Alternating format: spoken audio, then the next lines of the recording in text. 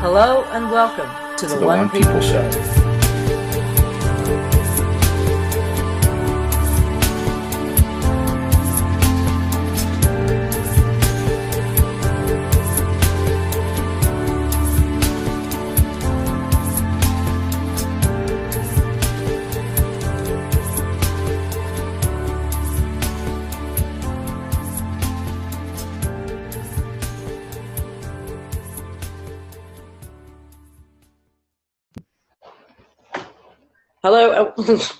Hello and welcome everyone to this week's One People Roundtable Show with myself, Lisa Harrison, and Danny Arnold McKinney over there.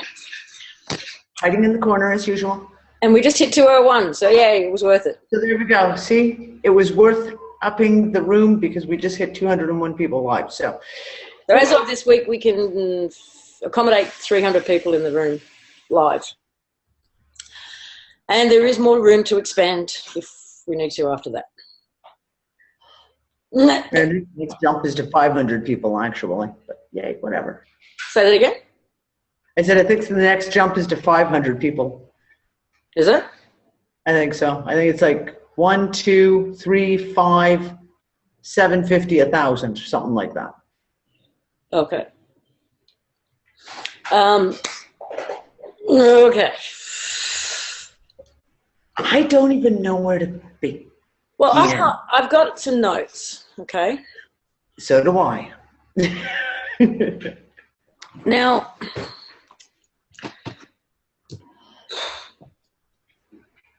I saw a comment at one point during the week saying, I don't trust any of this because the story keeps changing. So I want to go over that a little bit just to kick things off. I don't feel the story is changing. I feel it's getting clarified and expanded based on a couple of things. Our ability to understand what's being said and then tweak our questions for more clarity.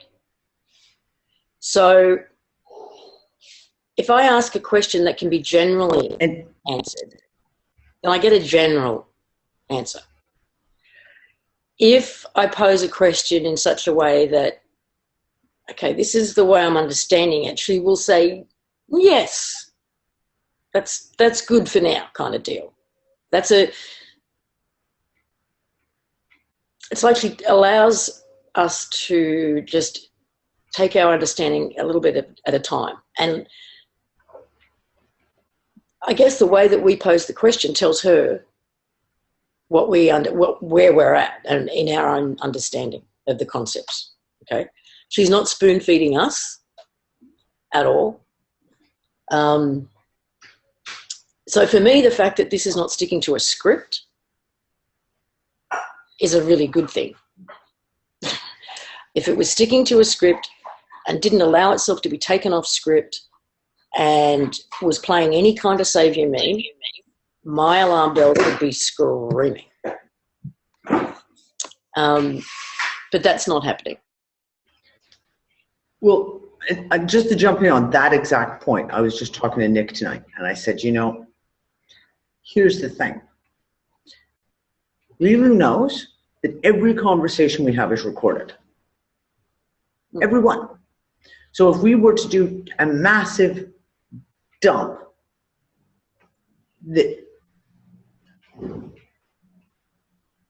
if there were falsities, etc., that could be changed or were changed, they would be spotted. Everything that we do is recorded. We can go back and review things and say, well, wait a second,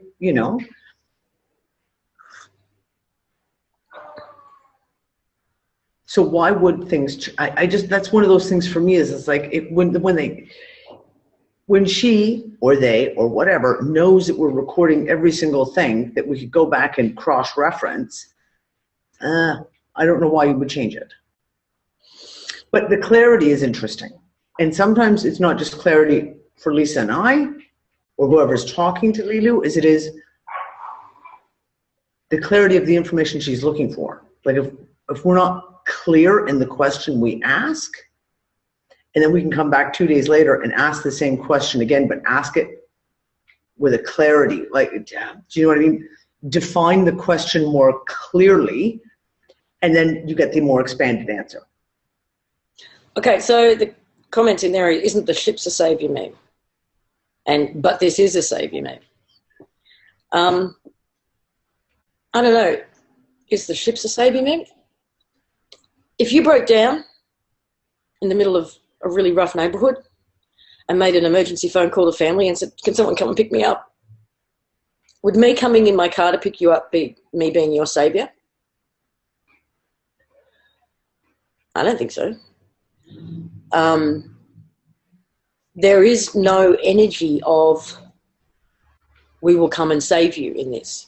There is, do you guys want to lift? Yeah. And it's a very, very different energy behind it. Also, and the big one is, how many times, Lisa, have we asked, what can we do to push this faster? What can we do to make this go faster? What can we help? What can we do to help? What can we do to make this, all this fuckardedness end? No and one can save us but ourselves. And this is the point. They are us.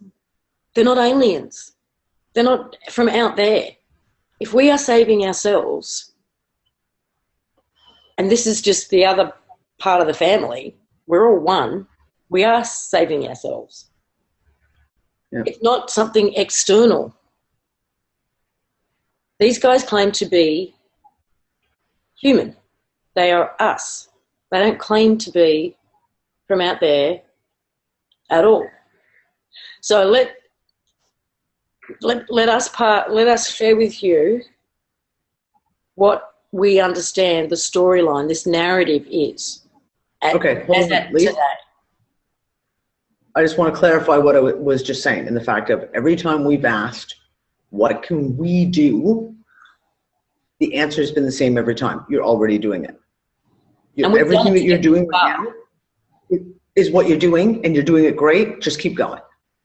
So there's no, just sit back. We're coming to rescue you. You know, it's not, that's not it at all. It's just keep doing what you're doing. You're doing exactly what you should be. Okay, all these questions might get answered as we tell the story. Yes. Okay. So let's do that first and then see where you sit.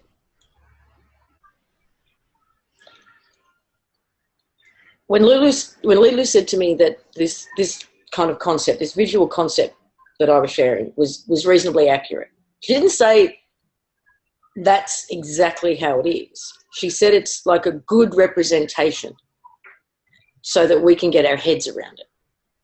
Right?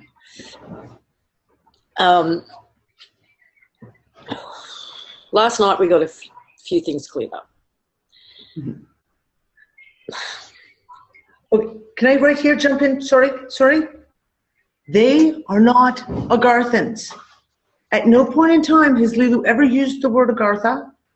This is something that an idea was created and everyone kind of ended up running with it. And next thing you know, like on Fucker's Room is all talking about, we're studying Agartha and we're watching videos, and like, she never said anything about Agartha. She never did. The word was never ever mentioned. As a matter of fact, she had no fucking clue what Agarthans were. Actually, when we asked what you guys call home, she wouldn't tell us. No. There was almost a reluctance to give us information overload. Well, there was a reluctance to give us information overload. But I want to start with a couple of stories that are prior to Leelu coming into my life anyway, okay? Because I think they help give context. So, and explain what I think we're seeing right now. Prior to Leelu, being in the position that Dee and I are in, we get people sharing their stories with us all the time.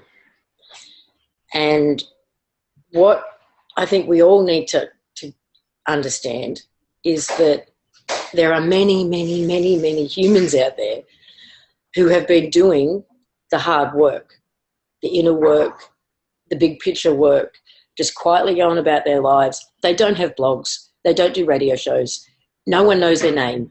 They're completely unknown, okay? And they've been doing the hard work all their lives.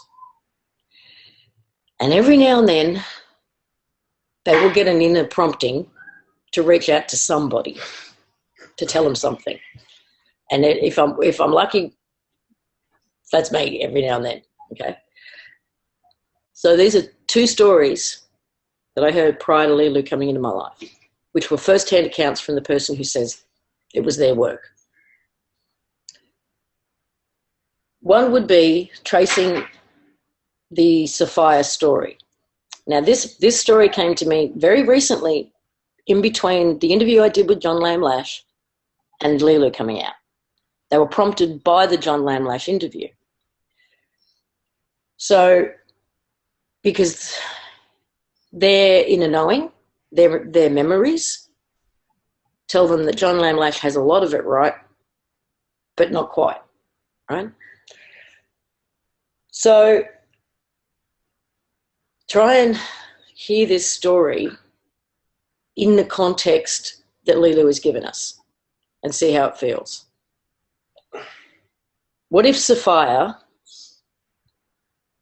is not the consciousness of the planet, but an individual who was one of the originals that was playing in the construct?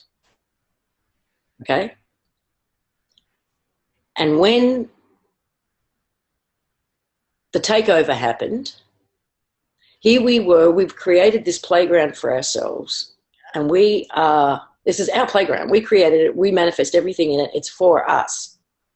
We have the ability to create, like I've talked about before, these thought forms that can become life forms, and we play, okay? The takeover happens, and Sophia, being one of the originals, knowing that she can create whatever the hell she wants, creates a thought form,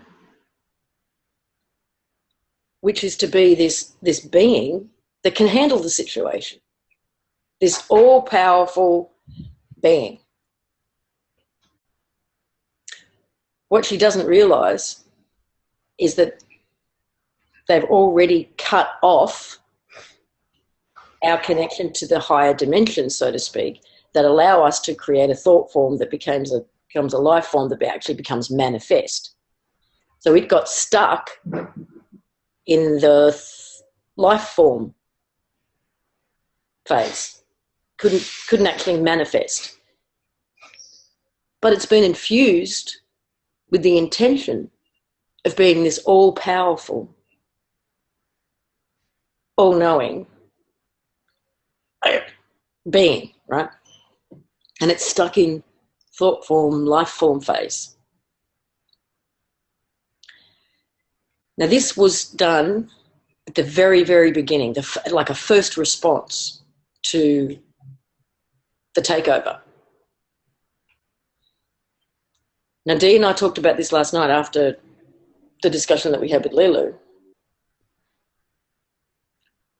Because according to Leelu, we've just dropped again. And we're going to get into that in a minute, because there's a whole lot of evidence for that, right? So if we're down to like the final layer, like in reverse, this would be the first layer, the first overlay, the first copy, which is where this thought form was created, right? As a first response to the invasion. That to me would say that we are right at the end, because we're dealing with all that shit that went on in that very first layer. Does anyone want to have a guess at what we might call that thought form? Exactly. That's exactly what it thinks it is. God. Yahweh. It thinks it. That's what it thinks it is, because it was infused and intended with all of that. Superpower. All powerful. So, what did Jeff say? Me? Funny. I love you, Jeff. That was funny. Now, if you look at the responses that we're getting right now to this, the ones that are very fear-based, people who you never thought, never expressed any kind of fanatic religious stuff in the past, it's all now come up, right? And whether it's a god or a goddess makes no difference, right? It's this A God form. God form, this God program that's coming up. And it's very, very fearful. Did you want to add anything to that little piece yet? No, but I just want to, as you go into this, it's very interesting because, I mean, you guys have heard me on the show multiple times. I've talked about the Apocryphal of John. And the first time I read it, I had some really thud moments of like, oh, this is very interesting, because that's kind of one of the basis points of the Sophia myth. And when Lisa was describing this, that had been sent to her, I was like, that actually fits in really quite well with the Apocryphon of John, or the Apocryphal of John, because the way they describe Yaldabaoth coming into existence and thinks he's the Almighty God, thinks that he's the one. And it's very, very obvious, to me anyways at the time, that he was the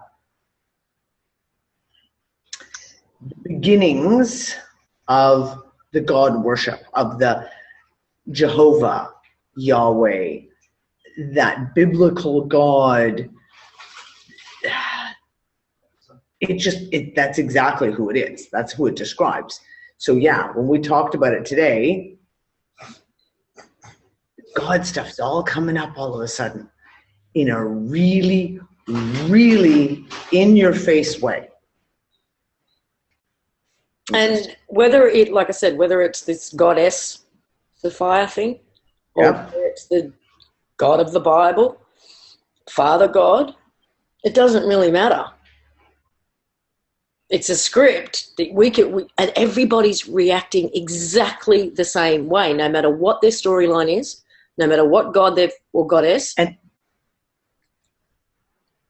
But even going so far as I'm gonna poke the bear here and say, source. Everyone's talking about, no, because source is, that's also part of the whole God thing, right? Whether you call it, like you say, Earth Mother Sophia,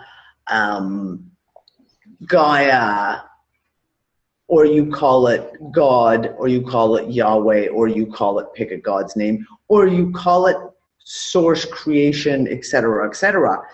It's still the same meme. It's still the God meme. So this is how the story is unfolding. Okay, so we got some clarity last night on home, what home is. So home is not the construct at all. It's outside the construct. Okay, it's not this that I've been seeing. This is the original construct. It looks and feels different to me in here to all these layers that have been put over the top. But it's not home. Home is outside the construct. We created the construct. Now, Dee and I have kind of played with this idea for a while now, that everything that we perceive may well be our creation. And Leelu clarified last night that we created this construct to play in.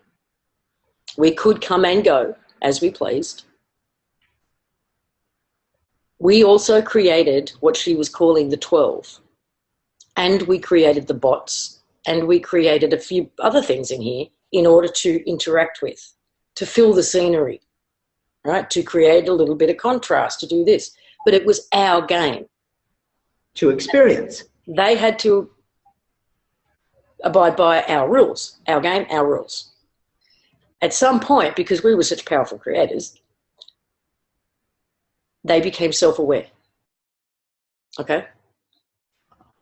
And when they became self-aware, they realised they were in somebody else's game and had to apply by their rules. And they went, ooh, we can do this. And the layers were an attempt to copy what we had created, but make their own game, their rules, and we had to abide by their rules. Okay? Is that starting to make sense? Okay. So this is the 12 that we're talking about. Now, connect these layers. These layers represent a copy, one of their copies of our construct. It's connected to the layer. So, right? Now, the Mandela effect, as we've seen, is as we have done all the work, right? We have been breaking down these layers, and as we do, the copy collapses, right? Yeah. So now the 12 left, when they realized that they were losing this one, the original, they did leave, and they've been popping around to all the other copies as they've been collapsing. They've been moving around, and now we're down to just this one and one other, right? If we've got, according to Leelu, when she first said we've only got 3 layers left, over the last 3 to 4 days we've been dropping through, and there's only one left. There's only one layer left, according to Leelu. So the 12 have had to come back because this is all they've got, all right? Yeah. Now, if we created them, this is why they are so desperate. If we collapse this construct, they go with it. They only exist in this construct and the copies that they've created. So if they're stuck in here and we're collapsing this construct, they go bye-bye. So they are literally fighting for their existence. Okay? The other thing that goes with this, though, and I want to touch on this, is conversation that we had earlier. And it's funny because like Nick and I had the conversation, and then Lisa and I had the conversation. I think you were talking to someone else as well. And that if this is the final layer, this is the thickest layer. This is the layer of where all the initial control mechanisms were put, right? Where that God meme was put, where the control factors of religion, et cetera, have all come to this layer. So this is, I'm thinking that the next week or couple of weeks could be really, really fucking interesting. And well, Dawn, that's something I want to get into too. She just mentioned CERN, and I do want to bring that up. The 12 are the part of they that control us, that control this construct that we're in. Okay, there's a couple of questions there that could be addressed now. So why are they trying to destroy this one? They know it's a construct, right? They can rape and pillage and do all the things that they want because they know that all they have to do is reset it, and away we go. They can start over again. We need to stop thinking about this, if you're going to go along with this story, that this construct is an organic anything, or it's a living being. It's a construct.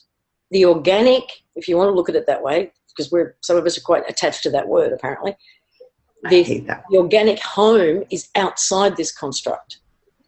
They haven't touched that. They can't touch that, okay? They only exist inside the construct. But if it's a video game, as an analogy, then you can just press restart anytime you want.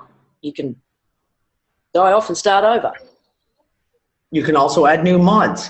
You keep adding a new mod pack to it. Yeah. Well, we're going to mod pack this, and we're going to add this. And no. Yeah, like Second Life in Skyrim, exactly. Yes, we created the 12. When did the 12 realize it was a construct? I don't know. So what was fixed to not happen again? Well, all Leelu has said about that is they've learned an awful lot, and that the next construct that we're building to play in, she said, this one's like Windows 9 and the next one's like Windows 50. Apparently,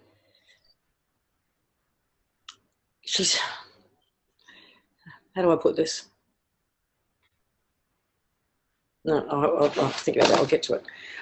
Okay, so let me continue with the story for a bit. For those of you who have looked into a lot of David Icke's work or something, you get the whole sun, moon, matrix, cube thing. It's all tech.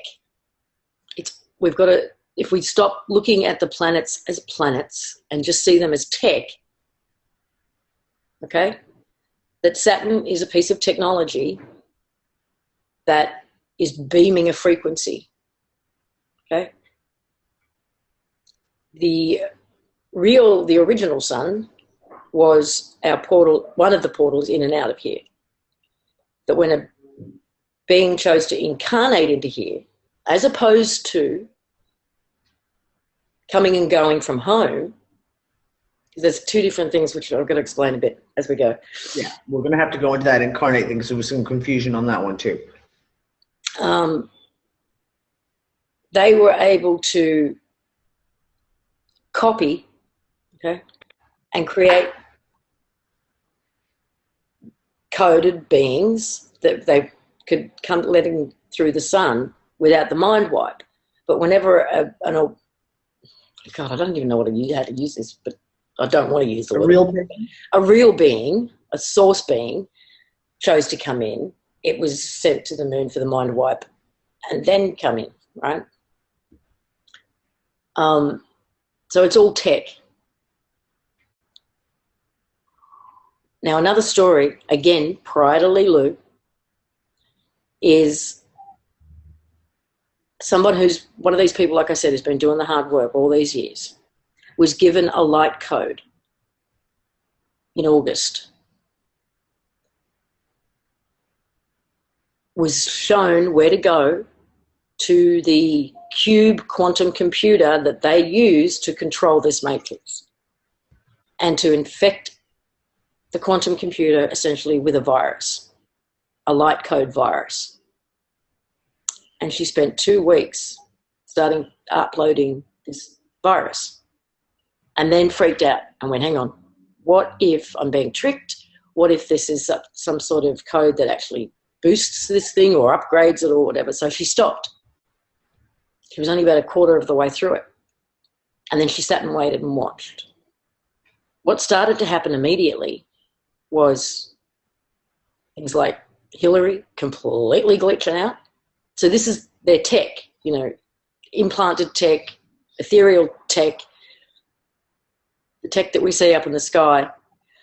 A lot of really weird shit with the sun, the moon. She saw evidence that the virus was working. So she went back in and finished the job.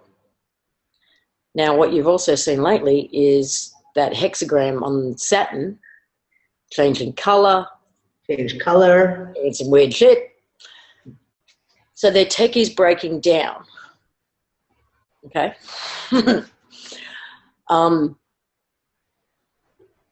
Now might be a time you could talk about the CERN thing. Okay, go on. So I don't know if you guys caught it. I posted it in the Unfuckers room and I posted it on my Facebook page. I was going to post it on Removing the Shackles and I just never got around to it. Sorry. I'm kind of lazy that way. A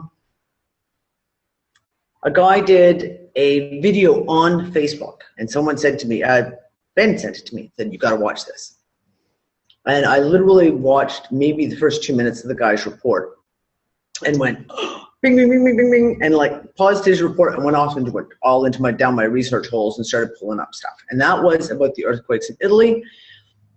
Exactly where the earthquakes, the major earthquakes are taking place, there is a laboratory. There's a laboratory there, and it's a nuclear physics laboratory. And I was able to pull up articles talking about how they're shooting neutrino beams between CERN in Geneva all the way to this laboratory in Italy, which just so happens to be exactly where all these earthquakes are taking place. Yeah, and it's a 9-meter epicenter. That's so shallow. Like, to me, that's not natural, right? Interesting side note, though. Now, you guys know me. I have followed the CERN shit for a long time. And I've looked up all the particle colliders. I've done massive amounts of research on all various particle colliders all over the States, all over Europe, all over everywhere. Now, while I know the name of this particle collider in Italy, which I can't tell you now because it's freaking in Italian, the fact that it's the biggest underground laboratory in the world. Oh, sorry, yes? Sorry, but Pamela's on the phone, and Pamela, could you try muting, please? I can't do it at this end. Sorry. Okay. I go and look up this laboratory, and it's like, it's the largest laboratory in the world. I'm like, what?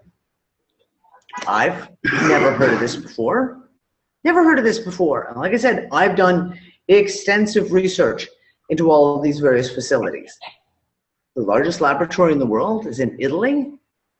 Really? Yes, thank you. Ben just wrote it. Accademia del Cimento, or Cimanto. Something like that. Sorry, guys, just butchered the Italian. Oh, the guys who removed levity. Oh, yeah. This would be the same guys that removed levity, the word, right out of the English language.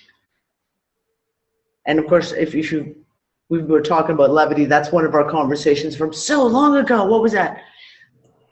4 months ago? It feels like ages ago. Anyways, yes, so ages ago. Now, we had all those earthquakes. Now, Italy has been rocking nonstop. Italy has not stopped rocking. At one point, I just looked at it today, about an hour before the show. In the previous hour, there had been 11 or 12 earthquakes between 2.5 and 3.5 magnitude. Okay, it's just rocking. And I'm looking at, we know something happened on Sunday. Everyone, amazing conversations in the Unfuckers room about what they experienced on Sunday. All these earthquakes. CERN was doing some weird little shit on Sunday as well. The Schumann index was also spiking all over the place on Sunday. Now, I asked Leelu, and Leelu said, yes, they're trying. They're trying to create a new layer. No, they're trying to prevent this layer from collapsing because they're trying anything they can. And it's not working. And I think the fact that if we drop through a layer on Sunday to where we are now, I think that is kind of proof that they're not winning. But it's really, really interesting how many weird things are going on with CERN, especially in this last year. How desperate they are that they will do this work even though it's triggering, and continue doing this work even though it's triggering massive earthquakes continuously. Like, they just don't care. They're that desperate to try and create or hold together their last little playground. Yeah, it's that we have one layer left, according to Leelu last night. And to be honest, things have changed as the week's gone on. I mean, a week ago she said, you guys have prevented World War III. You've already done it. And then 3 days later it was like, or 4 days later it was, now it's starting to look like a likelihood again because, and you saw it, they just upped the propaganda so badly that they got a whole heap of people swept up in it. And now we are the creators here, right? So we started to make it look like a possibility again. And she was a little bit like, we need to look at this. And then suddenly it's like, oh no, you guys have swung it and you've dropped the layer and you're almost home kind of deal. So we're in a position right now where things are changing daily because of where we are at. And our manifesting ability collectively is kind of instant. Yeah. So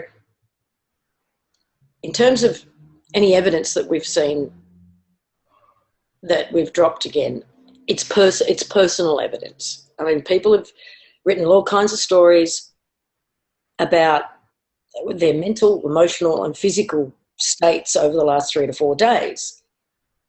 Last night for me was the worst. After I spoke to you and went to bed, I don't even know how to explain what I was feeling physically. I couldn't breathe. I was having the weirdest physical sensations. I was so pissy and just aggravated. And last Saturday, it was Darius and Phoenix, and they were driving me insane. They were both pissy. They were both negative. They were, and I had to end up like just trying to poke them and prod them and make fun of them, just to try and get them to snap out of it and realise, okay, yeah, something's going on here. I don't feel right. I think it was David, who in the room, who said that he felt something very odd, and it was like suddenly there was less people in the world, and no big bang or anything, not like some catastrophe had happened, just that they just felt like there was less of us. Yeah,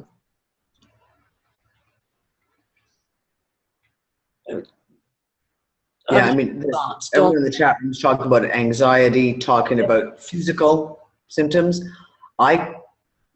Last 48 hours, I felt physically unwell, and almost flu symptoms, but without the flu. There were points on Saturday where Nick and I both got hit with, it was like you were getting a fever. Like you actually had all the symptoms of a fever without having an actual raise in temperature. So as this layer is collapsing, all the codes associated with it that are in us, that are in the matrix, that are in the construct, everything is going with it. Yeah. So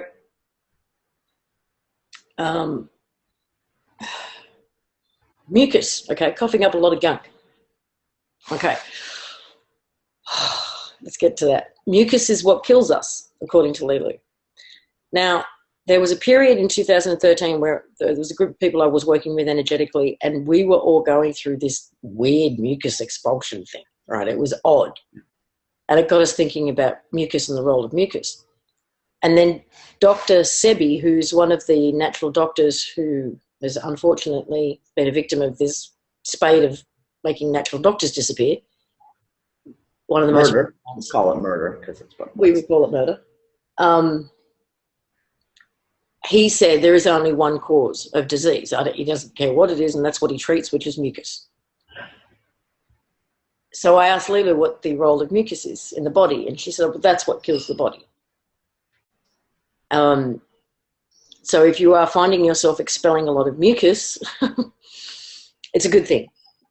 She said the 100% unlock will help with that. But it can come out everywhere. It's not just something you're going to cough up necessarily. But that's a side note. Okay. So we've dropped, again, we're down to a layer. We're almost home. When I say home, I actually mean home. I mean out of the construct completely. Okay? Now, in alignment with Dolores Cannon's 3 waivers and stuff like that, here's another story that is, again, shared by someone and again ties into what Leelu is sharing with us. And I'm keeping people's names out of this because they are the quiet workers in the background, okay? So you can either trust me that people have come to me with their stories, or that I'm making this shit up. It's up to you. Someone traced their own soul's journey. And right back through all their lifetimes and back to the beginning, back to their beginning. And what they saw was this huge energy ball that was literally spitting out souls. Okay? That's what it does. Is that God? Is that source? I don't know. Is there something behind that created that ball of energy that spits out souls? No one knows. At least not yet. But that's where she traced herself back to. Yeah? I was just going to say, and we specifically asked Leelu this question, and Leelu's response was, no one knows. They don't know. She doesn't know. And that's part of their search. Which I've got more to add to that too, but I'll do it in a minute. So what she saw was this soul being sort of spat out from this big ball of energy, and then it split into a masculine and feminine, two halves. And at the moment of the split, she became self-aware, self-aware. And then the two of them just went off, as I guess what we call twin souls or whatever, and started having a journey and an experience. What is in the construct right now is a combination of beings. Okay? We have got some of the originals, what we call the originals, which were those humans the ones who created the construct to start with. They're the originals. We've got beings who have other homes, right? Come from elsewhere, who have come into the construct to help. And we've got new souls who have just recently been spat out from this big ball of energy and have come in. Now, whether they knew what they were coming into or not, I don't know. But so when we talk about home, when I talk about home, for me, home is the human home, built the part of who built the construct, right? That may not be your home. However, the exit point to get back to your home is the same place. We still need to come to the same place in order for you to then go home. Okay? For the new souls, in order to get out, we all have to use the same exit, regardless of where we're going. Yeah, it's the same exit door no matter where you came from. Yeah. And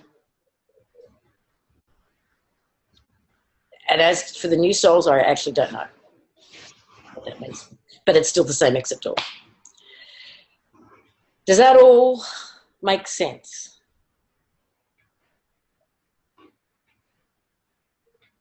We're getting lots of yeses.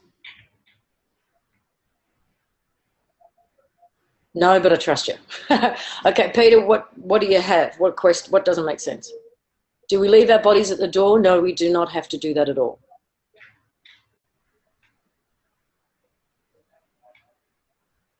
The children with autism are like special prized possessions, from my understanding of the conversation we had with Leelu about the vaccines, et cetera, is they are, a lot of them are the feelers. They're the really, really powerful ones, so to speak. I wouldn't worry about trying to figure it out now, to be honest. I mean, I'm not that. I feel like once we get there, you'll know. If you don't know now. I mean, some people already do. They're convinced they're Palladian. They're convinced they're from wherever.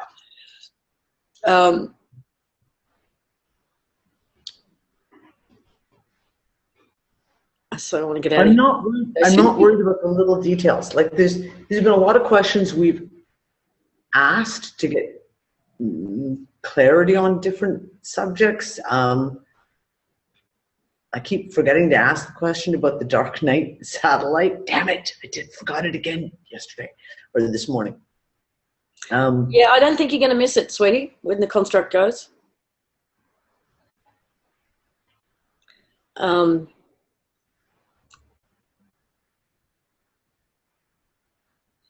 And I think, like I said, what I've found anyways during these conversations is as we define the questions better, the answers become more defined.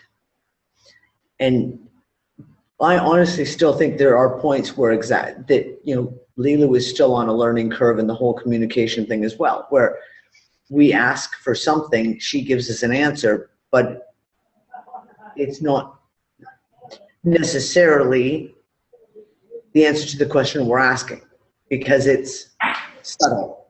Do you know what I mean? Like there's differences in how we communicate, and as she goes off and understands and researches more stuff, then she is able to fill in more gaps. Where this holodeck is going, it will soon just be a desert with no animals or vegetation anyway. It may be that it doesn't collapse at all and we just leave them to it, right? Because we won't be here. But according to Leelu, we're actually so close that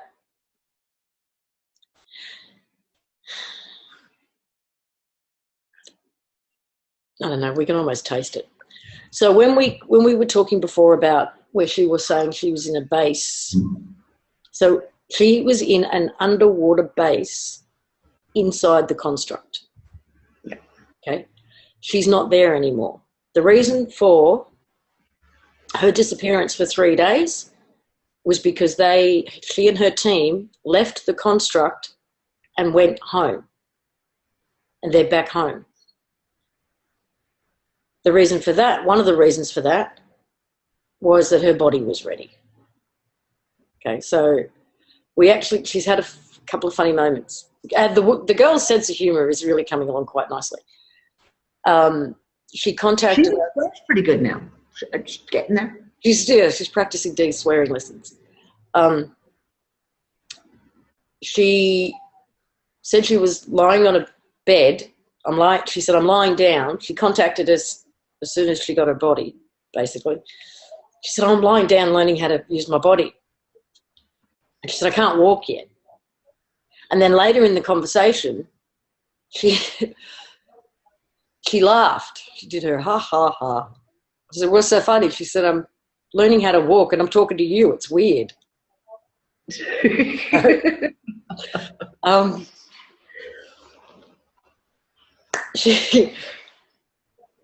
This morning she said, Lisa asked her, so is your walking going, like, you got the walking thing down pat? And she was like, yes. And Lisa was like, can you run?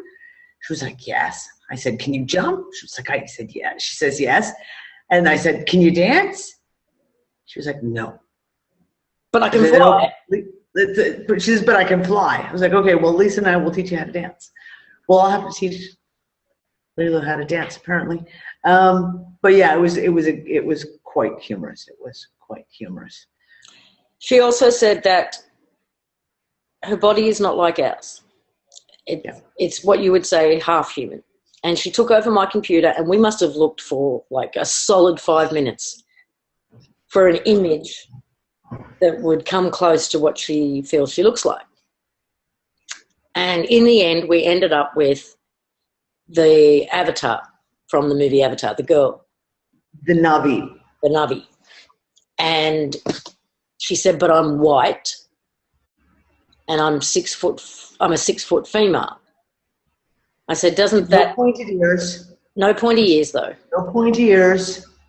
And I said, doesn't that make you kind of short back home? And she said, yeah, it does a little. I think she wanted to be reasonably close to us and not be like 9 foot tall. She said her hair colour's the same as mine. Now, when she said white, I don't know whether she meant white or like D's shirt white. White. I didn't clarify. So she still... She said that they're trying to figure out a way to connect video so that she can communicate to us using video so that we can see her. Yeah. But they haven't figured that out yet. They're working on it.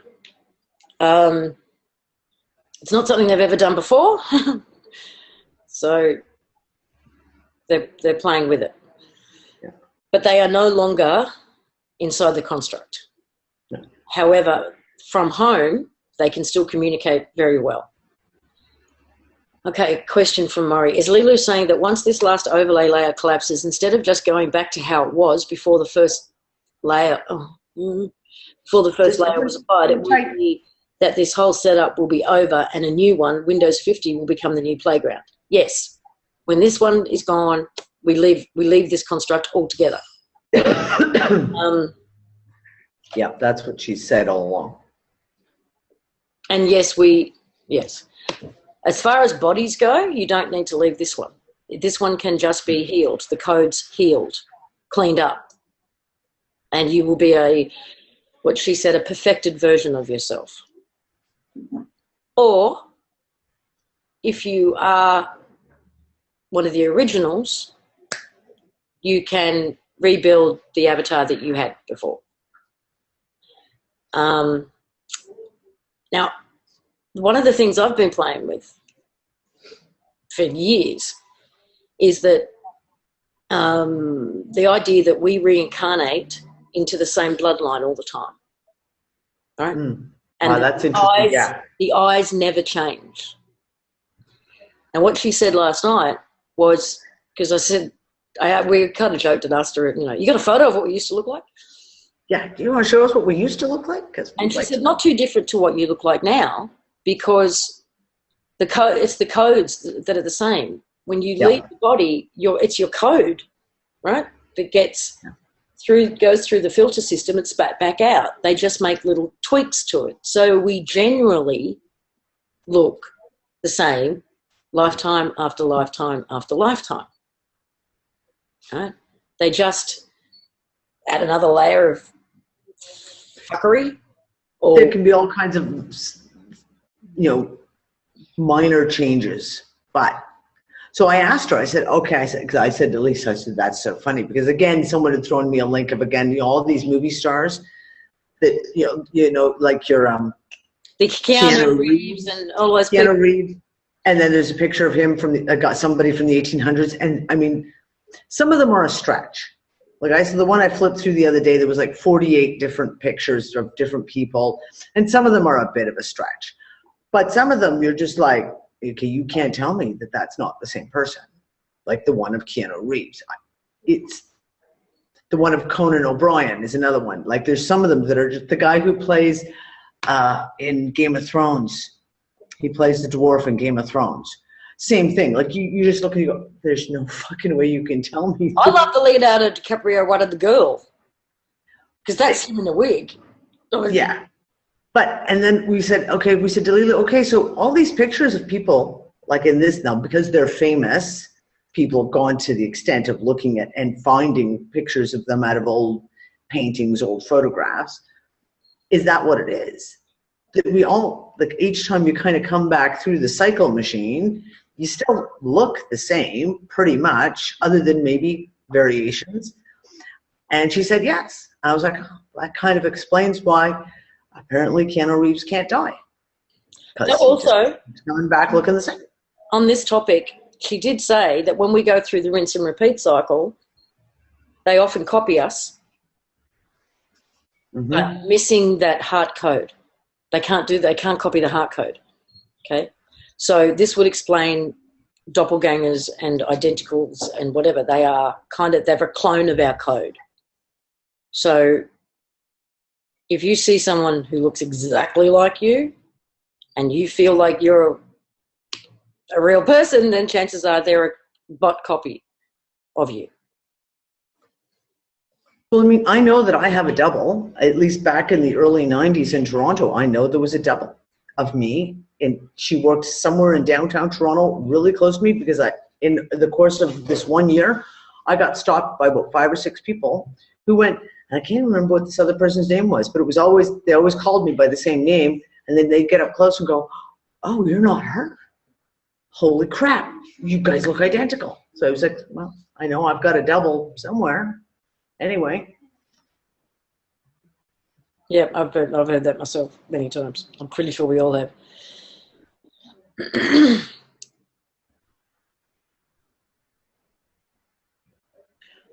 Can I speak to Leelu about how to help the animals? They don't need our help. They don't need our help. They're doing just fine. They have been leaving on their own accord for the last 5 years. Yeah. Okay. There's animals who are part of the construct. They're part of the design. And then there are souls who have come in animal bodies in order to help play the part, be supportive, to support us, or, you know, be our friend or whatever. Those guys are taking care of themselves, and they're leaving of their own accord. Mass die-offs, all that sort of thing.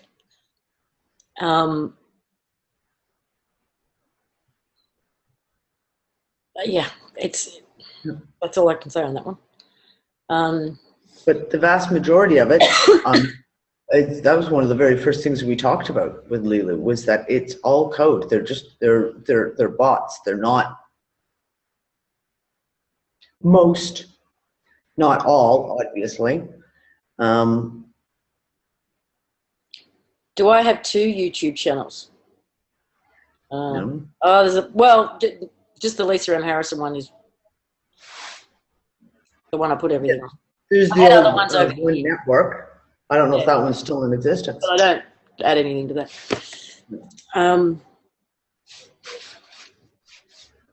Okay. I think that's it in terms of the narrative that we're dealing with here. So does anyone have any questions in regards to this as a narrative, as a story? Up to this point. Up to this point.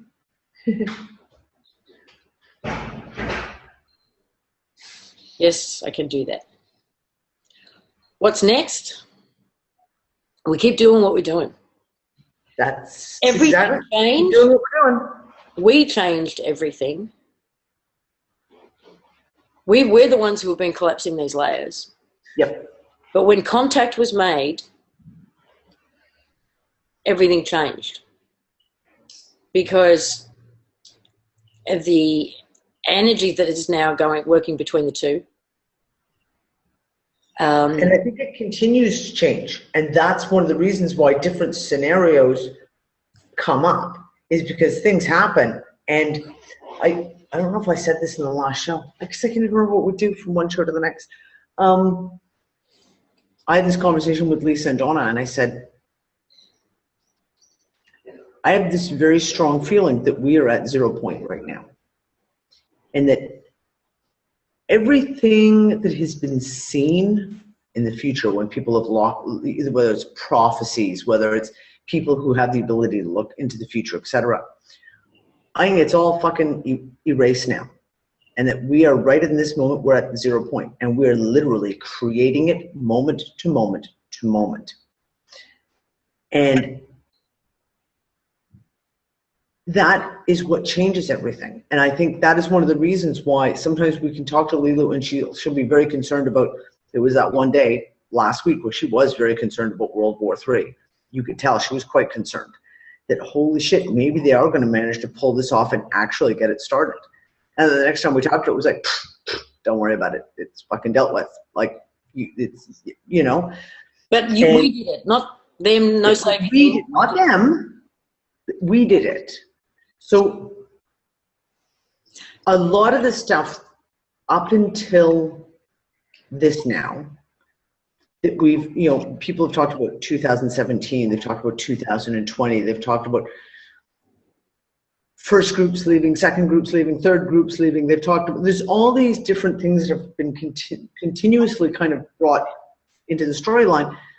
I don't think any of them are written in stone anymore. I think everything right now changes, and it's so mutable that we can change things from one thing to the next and not even realize it. And then all of a sudden, you just all of a sudden go, whoa, we've just broken through something. A layer collapses, and you can feel it. You can feel a tangible change that has happened and shifted.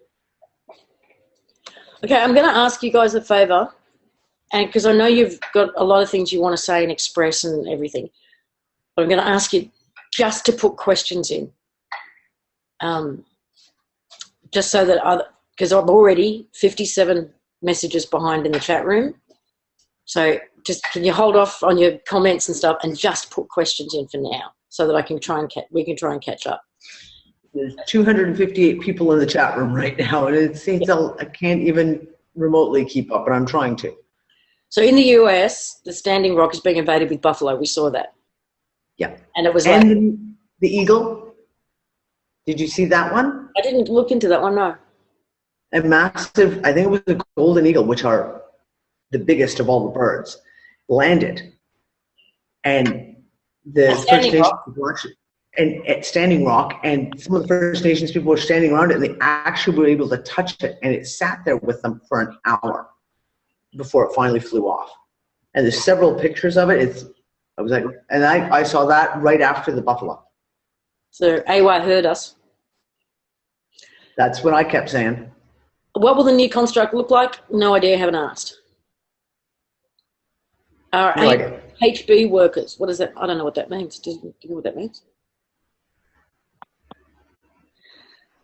I'm trying to think. She said, and this is a conversation I had ages ago, angels are you. If you see an angel, it's actually you. It's your higher self. It's your, whatever you want to call it. It's an aspect of you. That's what she said in the past. Have we got a timeline? No. Again, it's mutable and it's changing, and I think it's speeding up exponentially. A week ago, 4 to 6 years. And then it looked like it was months, and it's up to us.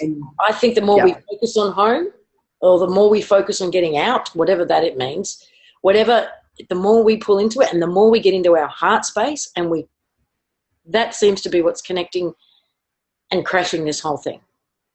It's the one thing that we have, source beings have, that they don't, the construct that they're trying to create doesn't, is this heart code. Yeah. So the more they do not have any hard code whatsoever. And the more we pump that heart code out into this construct, their shit collapses. Okay? My Zoom is going all wonky. Sorry, Lisa. I can't even type at the moment. I was just going to type in something. I can't. What about the new plan to use Leelu as an antichrist? What has happened to that plan? We don't know. It depends on what she chooses to do. She's still playing with the idea of showing herself. But that, again, is one of those things that's changing on a daily basis based on where we're at. If it comes to it, we will. If it looks like it's needed.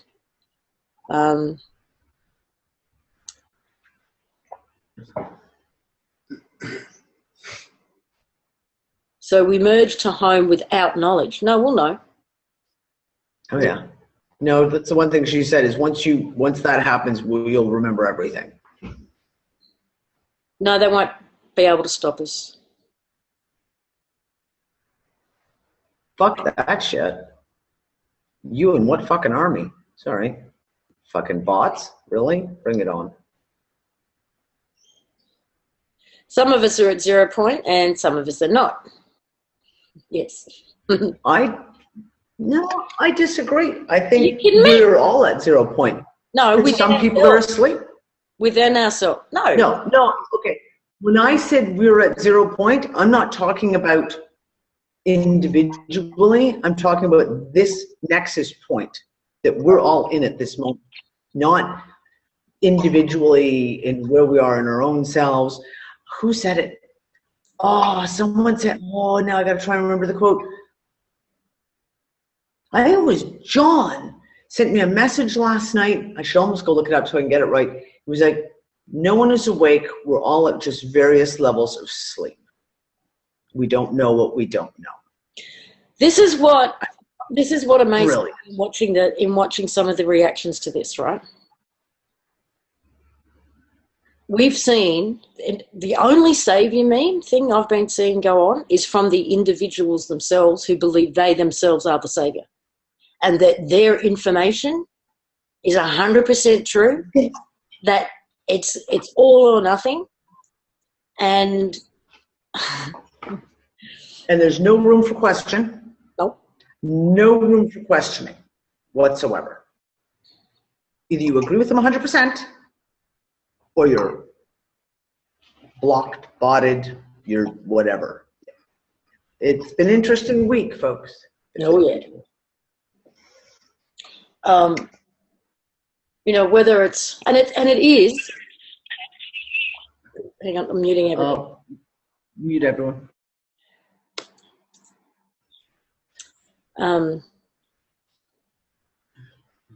And I think it is this God program that's right at the base of it, right? And it doesn't matter how it plays out. It doesn't matter whether it's a cosmic hacker. It doesn't matter whether it's Gaia Sophia. It doesn't matter whether it's Father God. It doesn't matter what it is. It's this. It doesn't matter if it's Allah, Shiva, Buddha, fucking the floating turtle on the back of the sea. It does not matter. It's still the exact same name. Yes. The other thing on this, I mean, we've been criticised for even playing with this at all, right? And I look at it like this.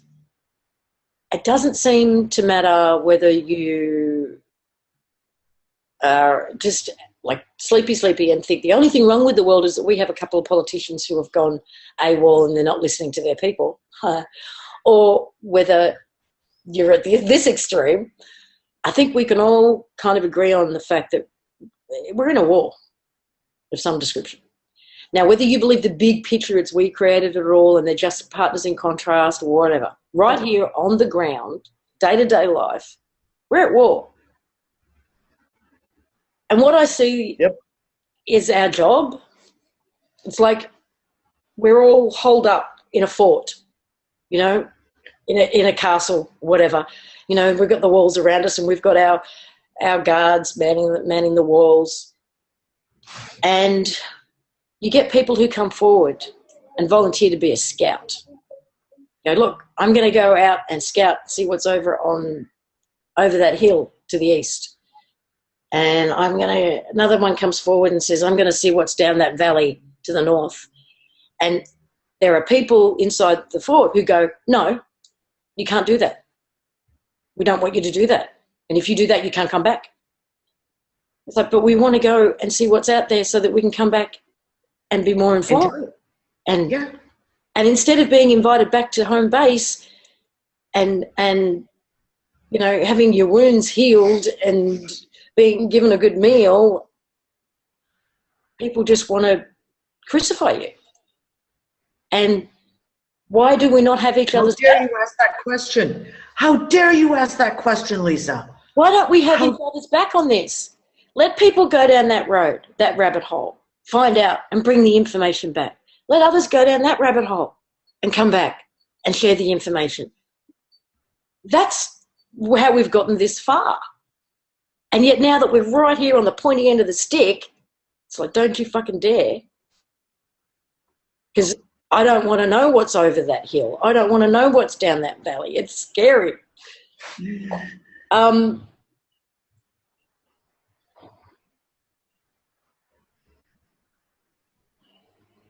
The thing is, there's fear, and like I said, I keep saying it over and over, and I said, if the only thing that comes out of this last few weeks, if the only thing that comes out of the entire conversation with this person / being called Leelu is transparency, I think we have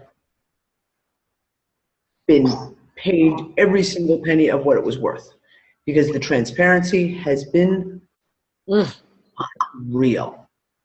And I think that we're going to see it even more.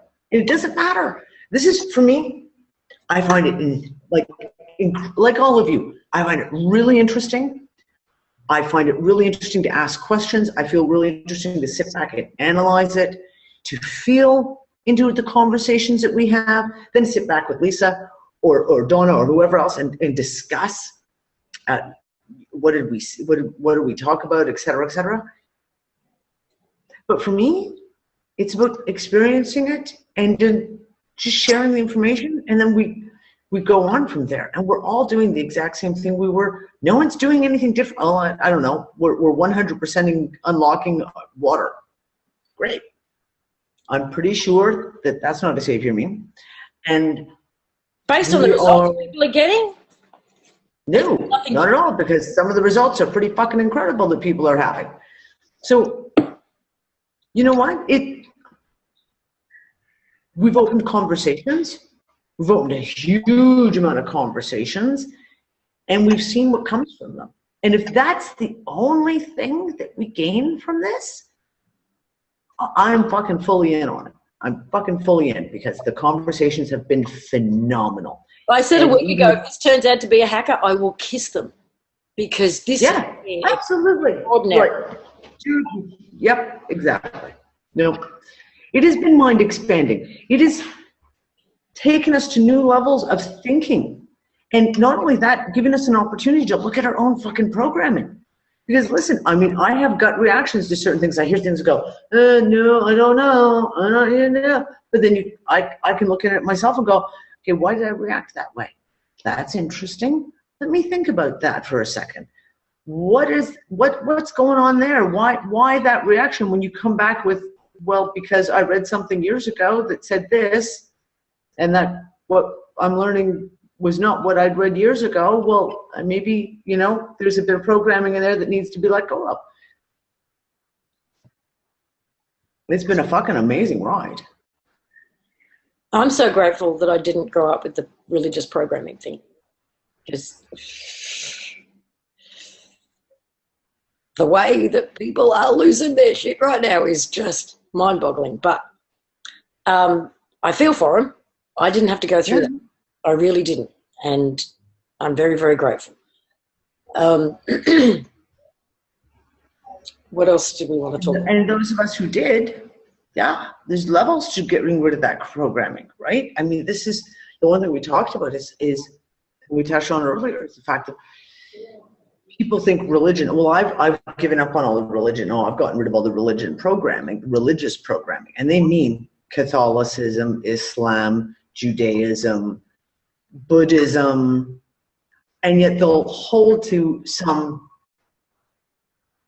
very new age things, but they don't see that as religion. They don't see that as a belief structure. I've seen people do the same thing with paganism, and they'll be like, oh, well, but I do this, and I do and the moon, and but then it's still a belief structure. And I think it is amazing when you have that opportunity. I mean, because I grew up in a really hardcore cult religion, and you break through the layers. And I've been breaking through those layers since I was 17. And every time you think you've released it all, and then you go, oh, look, there's another piece I just found. It was hidden under that rock back here somewhere. So yeah, I wouldn't trade anything that we've done in the last few weeks for anything. We've learned so fucking much just about ourselves. In regards to the God question again. Let's get into that. That's an important one. Darius had an experience when he was 16 where he left the construct, energetically, whatever you want to call it. And he met a being. And they had a long conversation, then she showed him everything. And when he asked about the God or source, she said, no one knows who created all of this. No one. At any dimension, at any level, everybody's trying to figure out the same thing. Everybody has the same question. No one knows. We asked Leelu last night. She said the same thing. She said, we don't know. No one knows. And she said, maybe when we find out, maybe when we all come back together, we'll figure out it was just us.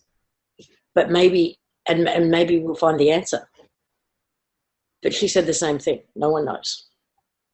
So this... And I thought... Go on. Go ahead, Lise. No, I just think that was like an amazing answer to me. It's like, no, we don't know. And she said, we don't know. People at base, prime, whatever you want to call it, they don't know. People within the construct don't know. People outside the construct don't know.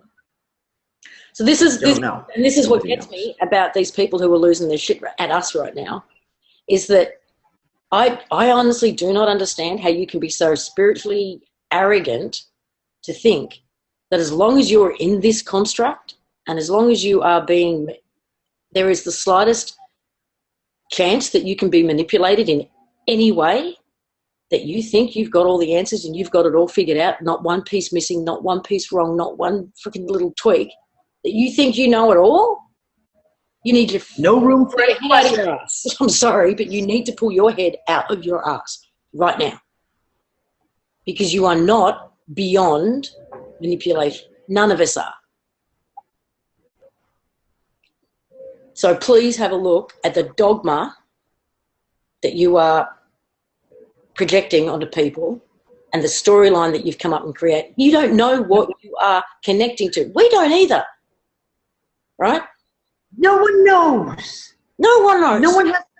I mean, as Lisa and I have joked about for fucking years now, this is not the question. This is not the show about answers. This is the show where we just discuss questions, because no one has the fucking answers. And it's my number one thing. As soon as someone starts telling me they have the answers, the little alarm bell in my head goes ding, ding, ding, ding, ding, ding, ding, ding, ding. What's going on here? Because, yeah, the answer is 42. That's it. I mean, we have to trust our intuition. There it is. We have to trust our intuition. We have to trust our gut. It's what got us this far. Yep. However, if you are in that place where you don't think that your story, Lee, has any room to evolve or expand, you got it all figured out, I think you need to have a look at that. That's my rant. I've done it. No, you're not done. You're just taking a pause between rants. That's all. Lisa's on a roll today. You're on a roll, chick. Imagine. I mean, yeah, okay, Lee just said we have to take the ego out. Listen, ego's not a bad thing. This is one thing, like, it's all about balance. Ego's not an ego, this is arrogance. Arrogance, right? And when people just cannot even discuss, and we had a situation in the UU room yesterday and today with one person just spamming their belief structure all over the group. And I tried to talk to them privately about it. I talked to them on the page about it. There is no room in that person's view for any discussion. And when he tried to open it for discussion, he basically said, but if you don't, basically it was like, if you don't believe this, then you don't need to even discuss this. It's like, well, that's not a discussion then. That's not a discussion. And if someone can't, and yeah, exactly, Tom. No one replied to the post. I tried to give him an open place where he could discuss what he wanted to discuss, and there was no one who responded, because the arrogance of, I'm sorry, I'm going to call it the arrogance of, I have all the answers, this is what it is, and you all need to wake up because you're all wrong, girls. Guess what? Right? Well, Tapper, that was another person, right? That was another person, same thing. Even though a lot of the things that Leelu has told us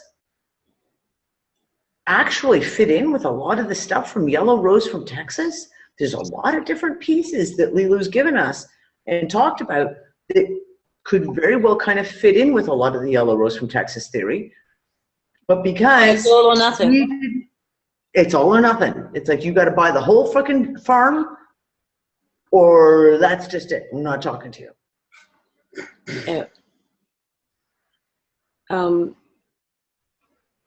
Okay, I think that's it for my notes. And that's an hour and a half. Far out. Yeah, an hour and a half, and that was just getting through just the baseline notes.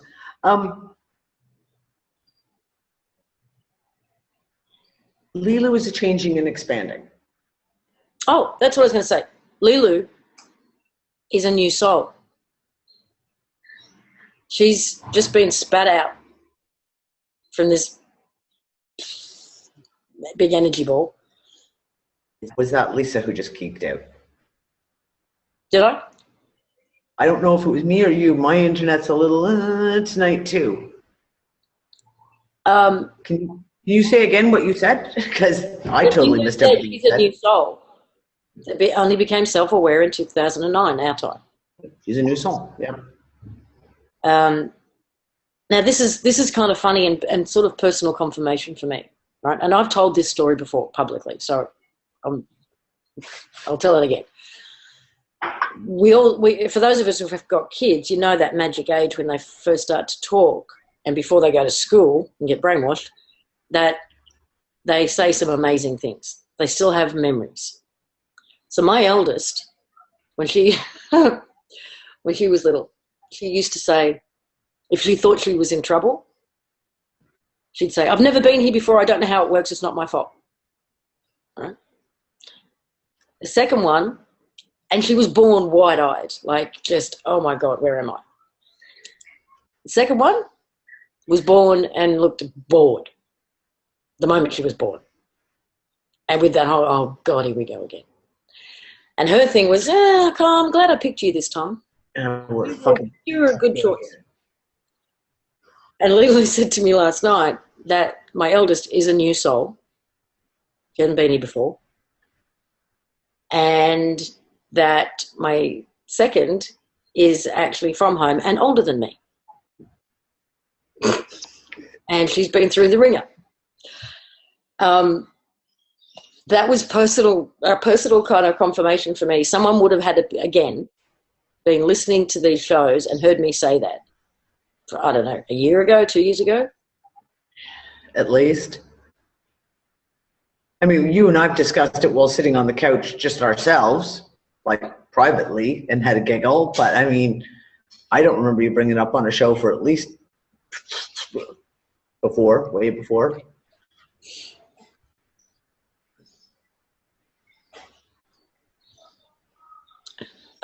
Okay, let's get, do you have anything else or do you want to get to questions? I don't know. I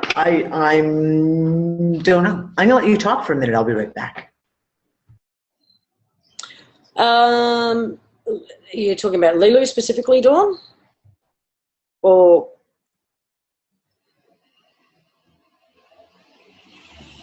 new soul who became self-aware in 2009?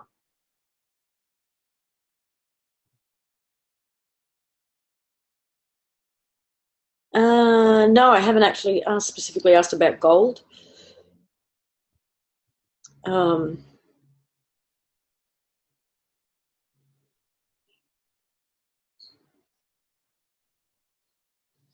don't know if she plans on doing any more coming in on large groups. She feels everything. So when there's all this conflict or fear comes up or what, it's a little bit overwhelming for her.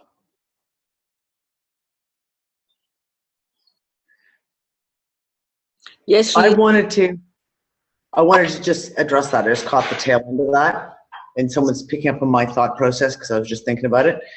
And we haven't, I wouldn't say that we've confirmed this with Leelu, but it is a very strong feeling that Lisa and I have, is that being in a room with 300 people is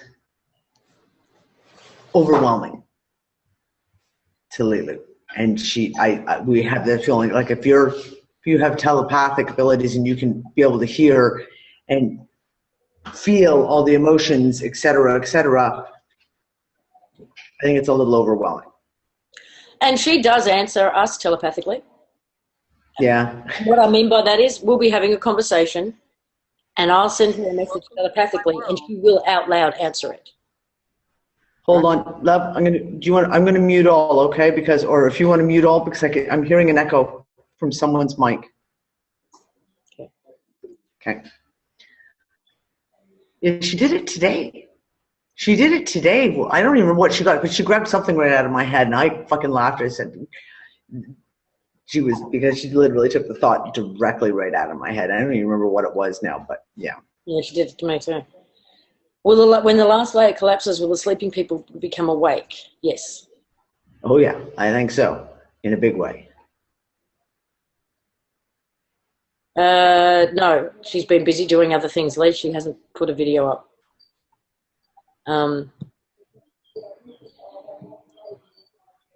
I don't believe that when she's referring to these new souls. No, this is their first construct experience. Yeah.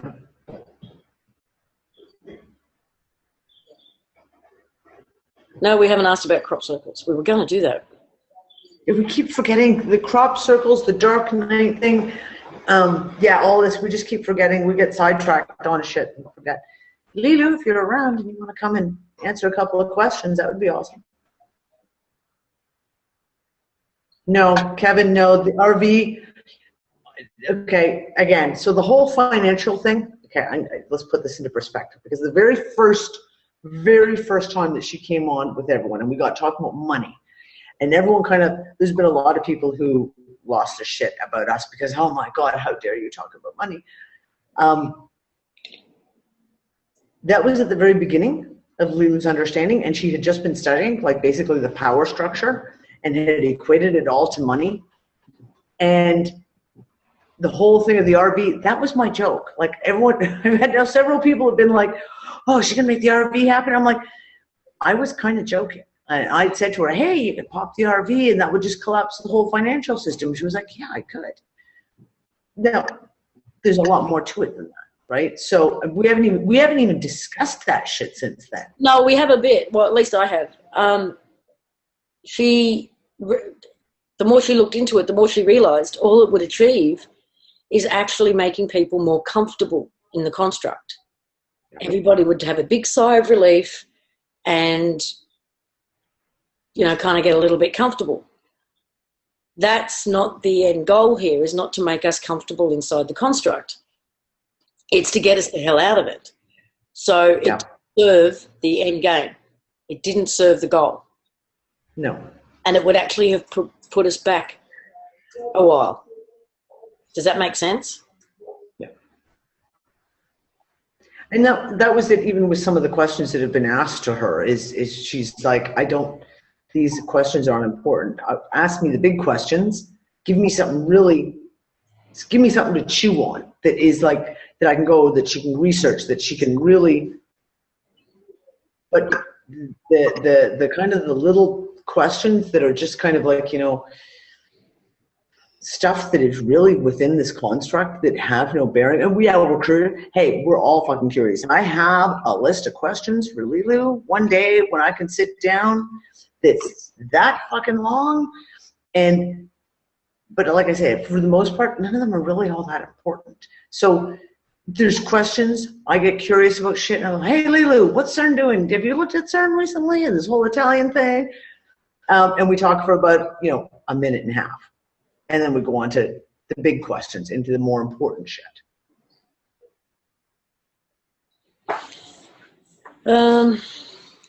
Was there an exact date on the last 1987 rewrite, or was it just the year as a whole? Just the year. We didn't ask for an exact date.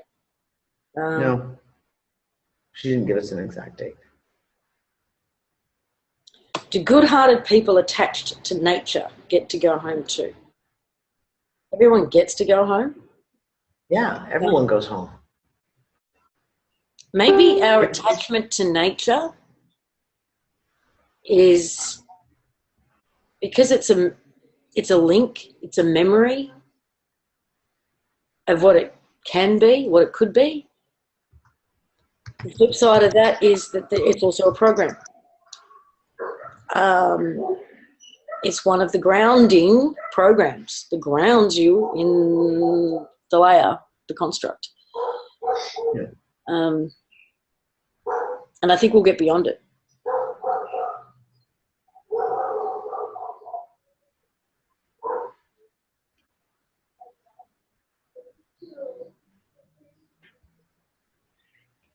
The construct in all manifest is sound frequency. Change the sound, song changes the reality. Interesting that you should say that, because I have a song. I've got a couple of pieces of music that are my kind of like my go-to pieces of music. And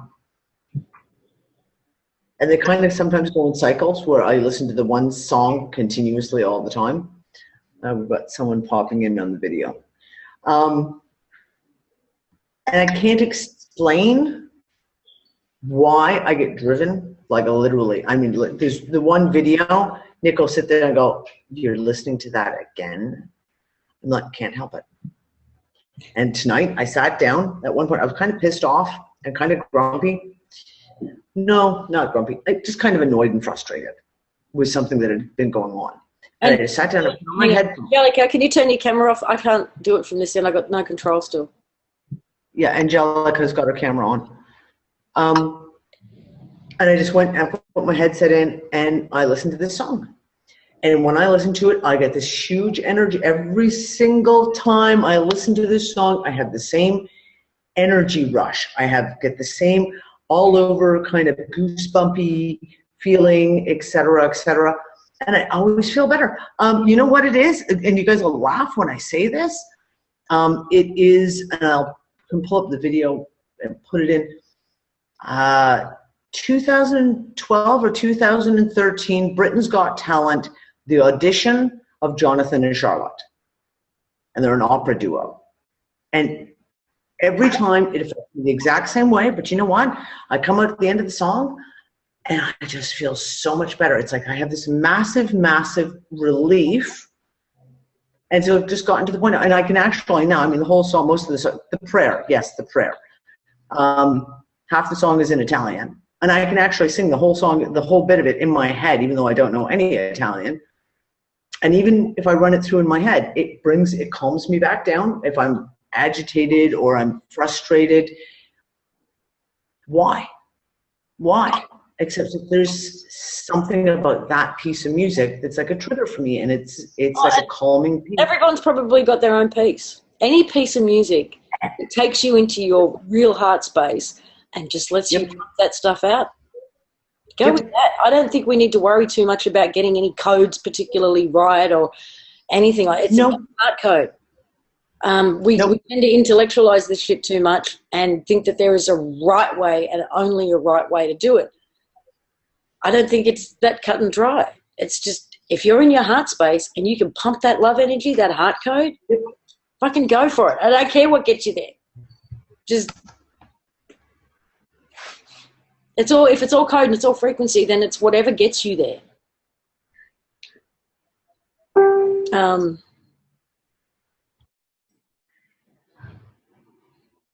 Yeah, thanks, Sophie.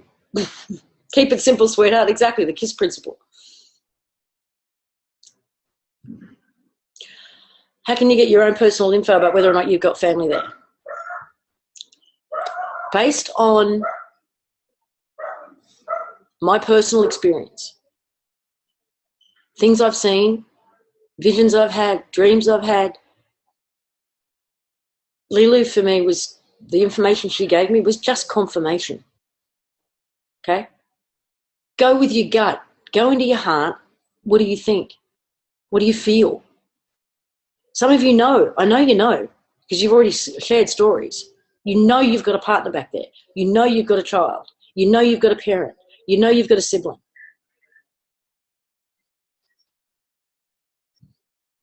Yes, you can talk to them telepathically. Some of them aren't very good at hearing us, though, apparently. But listen, and listen for a response. Does it feel anything like the layer in Morocco? I don't know what you mean by that. Oh, the lawyer. No. Oh, God, no. I'm muted. Oh, God, no. Sorry. No. Ooh.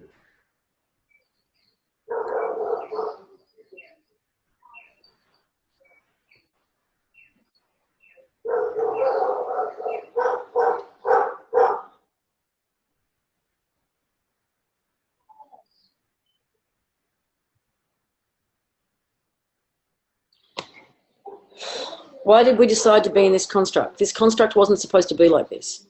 We created No, exactly. it as a playground for us. And it was supposed to be fun. It was supposed to be a vacation. A vacation from hell, apparently. But yeah, it wasn't supposed to be like this. I think we should sue the travel agent who booked us on this vacation.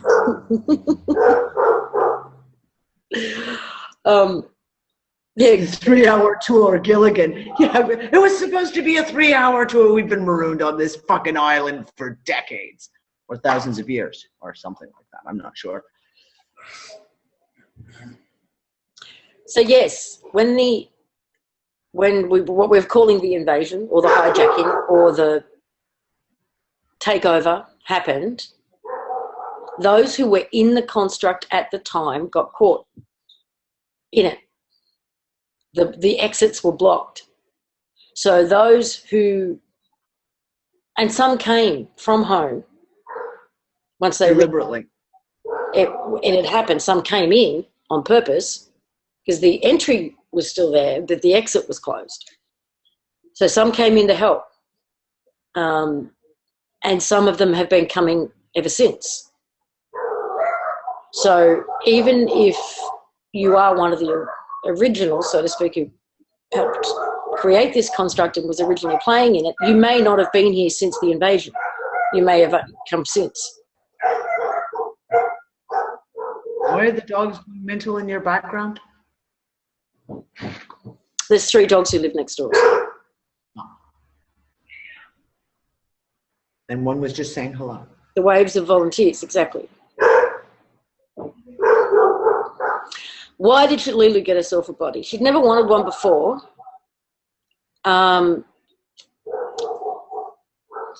she didn't want to incarnate in one because she didn't want to go through that mind wipe process. So that's why she built it. Now that we're so close to coming home, she wants one.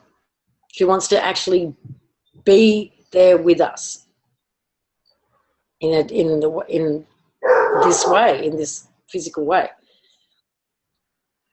Marie, so did Leelu make you believe that Yuyu was purposely made for that? Damn it. It's gone off the screen. Shit. Hold on. Did she make you believe that Yuyu was purposely made for a part of the 11% to get together? No, that didn't come from her. No, she didn't say anything like that. I can't even find the stupid post. Yeah. Didn't Leelu make you believe that Yuyu was purposely made for a part of the 11% to get together? No, but I think we did. All of us, we were in there, created a connection point. Can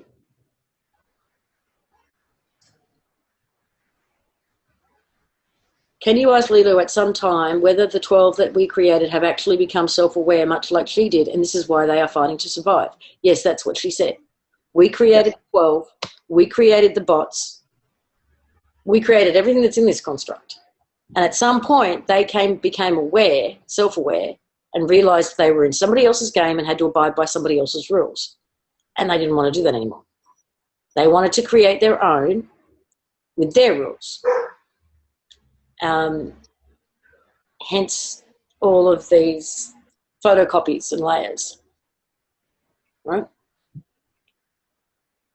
No, I do not think that we created the Wars 2. I think that was the creation of those others. What happens in war? Shitload of people die, which means a shitload of people go through the rinse and repeat cycle, which means they can be copied again. More bots can be created. They control the bots, but they don't control the hard-coded ones. So wars serve many, many, many, many, many, many purposes for them. And the financial purpose, which is their way of keeping score. Yep. Okay, back to this Yahweh character, this God character. Yeah. Well, Dee and I were sort of having a bit of a rant about this last night, my time trying to play with this idea. I feel that it's a separate thing altogether to the 12 because if I'm to believe this person's personal story, it is a thought form that became a life form that was created by one of the originals in order to fight the invasion, right? And it was infused with this all-knowing, all-powerful energy, because that's what its job was supposed to be. Now, at the point of the takeover, one thing they would have to do is handle this thought form as well. So I believe they've contracted with it, essentially. We weren't feeding it because we knew it had just gone rogue, right? But they created or an arrangement, a contract with it. So they don't control it, but they've got a mutually beneficial relationship going. We can create the religions. That'll feed you. We can do this, we can do that, we can get people worshipping you because that's what you need, we can do. But I think it's separate. And it belongs to this layer, which is why we're seeing what we're seeing. And it's breaking down. So if this is happening on this is what we're talking about, this is happening on an individual level that we're seeing, you know, with people freaking out, how is this going to play out at the organized religion level? And that's what I'm saying. Watch out this week. I'm wondering if we're going to see something major card get played by the Vatican, by one of these spiritual leaders type thing. Because they've been working towards the whole one world religion thing for such a long time now. I have a feeling that's all going to break down, personally. What do you think? Yeah, I think it's all going to break down. Possibly very publicly. Yes, I think it's going to be very. So far, a lot of these breakdowns that we're seeing have been very, very public. At least within the realms of, you know, the non-controller factions, so to speak. I have to go. Oh crap, guys, you're moving so fast, I can't. Dee, I'm going to turn my camera off. I'll be gone for a minute. But Angelica, if you could try and turn your camera off, please.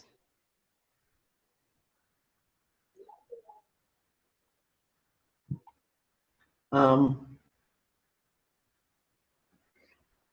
going to be their own worst enemy. No, I don't think. Okay, Harriet, you've started screen sharing. Can you please hit stop screen share? No, you've got to hit stop screen share, Harriet. And I can't do anything. I can't do.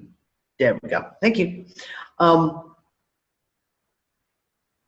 We don't know. This is what we said, Arturo. How long will it last in our time? We don't know. There's no concept of time at this point. And that is just my own personal theory. Like I said, that we're at that 0 point, that everything that we do is having a direct cause and effect. That it went from, it could be, you know, a couple of years to it could be a year, it could be a couple of months to it could be a couple of weeks.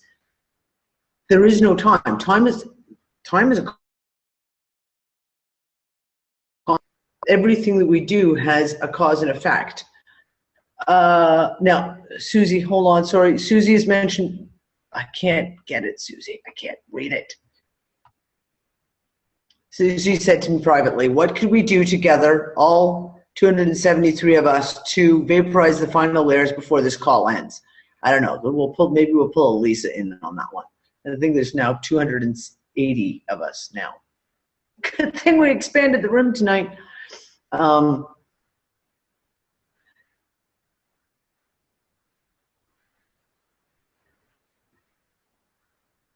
Yeah, Lisa and Dee do not have the answers, guys. That's why we're discussing this.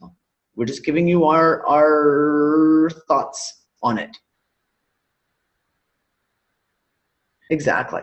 Visualize Unfucker Island. I am totally on board with visualizing Unfucker Island. Winter's starting to hit here in Malta, and I'm really not looking forward to that. So tropical Unfucker Island, beaches, everyone together, big party, have fun.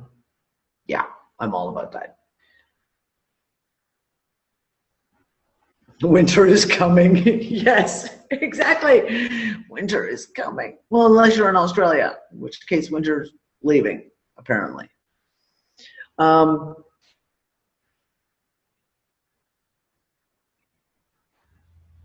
If there's a big religious thing that takes place in the next week, does that not prove that Leelu is spot on? Actually, Leelu wasn't the one who said that. I was the one who said that. So it proves that I was spot on, which is funny in and of itself. Sorry, guys. You guys are going so fast in the room. It's like, holy crap.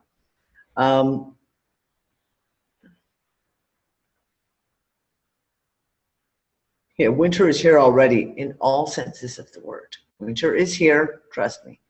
3-hour shifts. So I'm actually getting it. Chantel, we don't know. She's playing it by ear. And now we're in a weird, very weird layout position, Lisa. Lisa, look, I'm looking down at you. I know. Hi, Lisa. So Angelica can't turn her camera off, eh? I think it's just a Zoom glitch that it's all fucked up. All right, I'll go back onto Zoom when this call finishes and fix it. Yeah. Zoom, you're fucking everything up with your latest update. It's kind of like you're going to turn into Skype. We're going to have issues. Yeah, we've seen, again, same thing with the skies. The skies have been so fucking weird here. The shit we've seen, bizarre cloud formations again. Just ridiculous. She also said part of that is the reality's merging. Okay, so it says, why do you think she's communicating with you now? Things are progressing without us being conscious of it at all. But here's the question. It's kind of like the chicken and the egg thing. Would they have progressed as fast if we hadn't been having these conversations? We don't know. How do you look at that? Would they have progressed the same way? Maybe, maybe not. Don't know.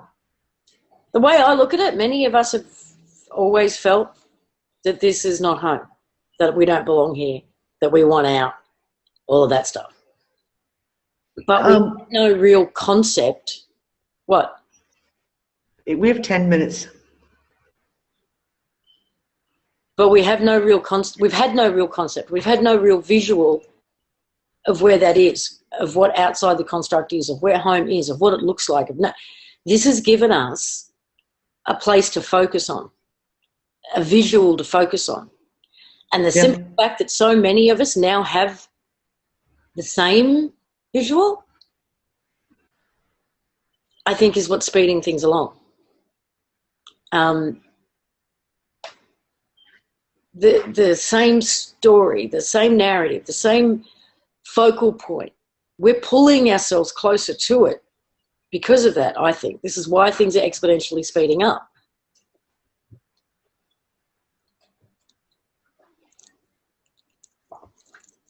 Yes, there's no reason why not, Melissa.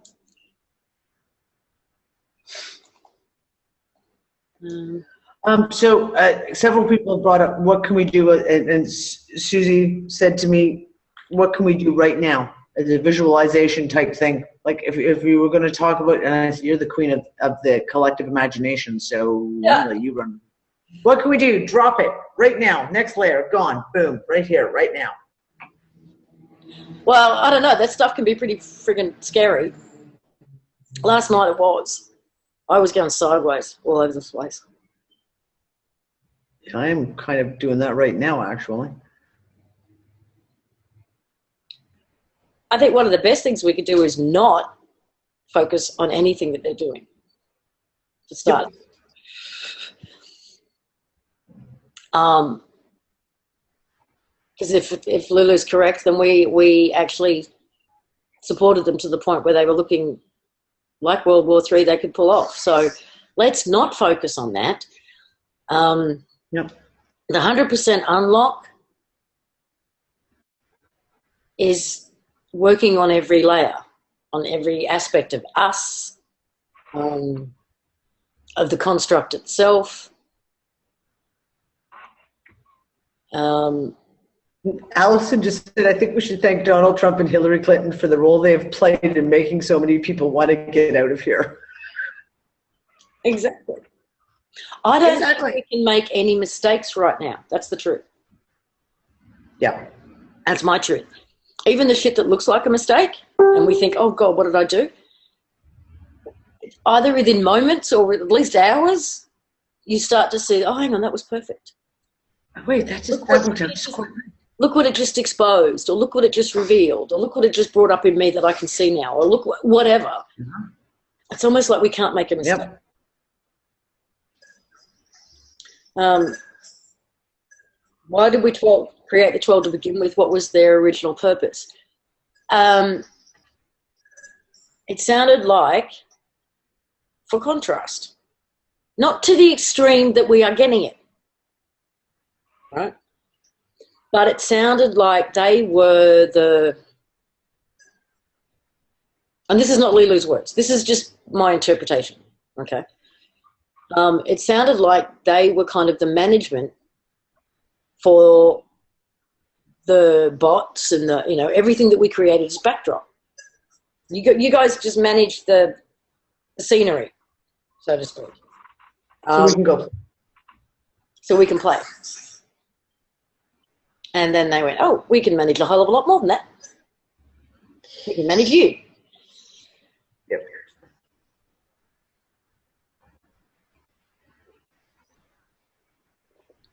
Yeah, this God thing I'm reacting to. I had to react here.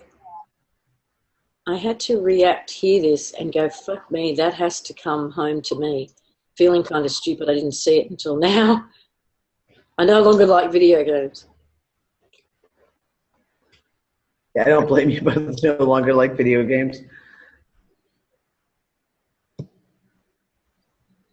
We did put a call out for rain in California, and look what happened. Yep.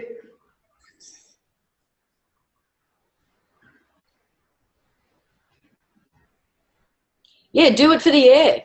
Do it. Speak to the water in the air, the water that's in your environment.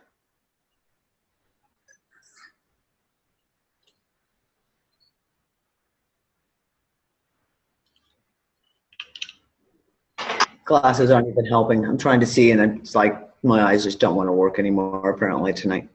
Hey, Donna, is there anything you want to come out and share that we've forgotten or missed or fucked up in any way from your memory? No, I think you guys did brilliant.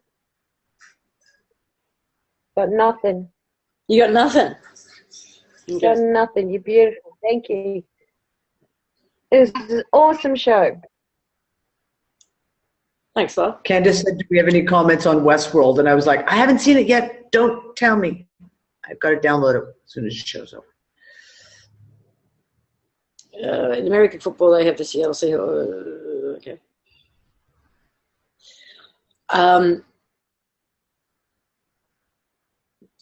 All of it.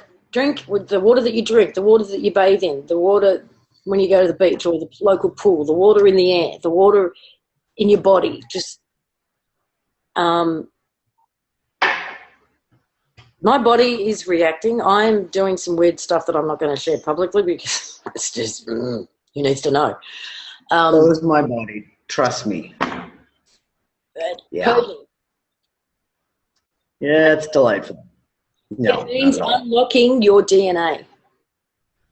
It means shedding the control mechanisms and the code that have been put on to distort it. Anything that has water in it. Your body's full of water. The air's full of water. The plants are full of water that you eat. Everything around us is full of water. It's the most common element on the planet, pretty much. So, have fun. Yeah, Dreamcatcher. Oh, sorry, go, Donna. Can I just answer a question? Yep. Pamela, my internet is really bad. I can't have my camera on or you won't hear me. But if you want to see what I look like, I did a show with Lisa. So, I'm not hiding. It's just my internet is really bad. Donna's internet is shockingly bad. A lot of times when we're talking, we have to all turn our cameras off just to keep her on. There is a video that Donna, myself, and another lady, Jenny, did that's up on my YouTube channel, and it's on my website. So you can go and see Donna there. It was just a chat that we had exploring different. We've got someone else coming in on video. LG Leon Light, if you could turn off your video.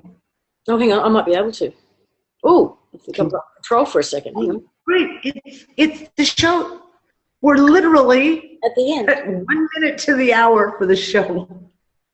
And now you get control of Zoom back. Yeah, the buttons are coming up now. It's funny. It's funny. Look at that. Ta-da!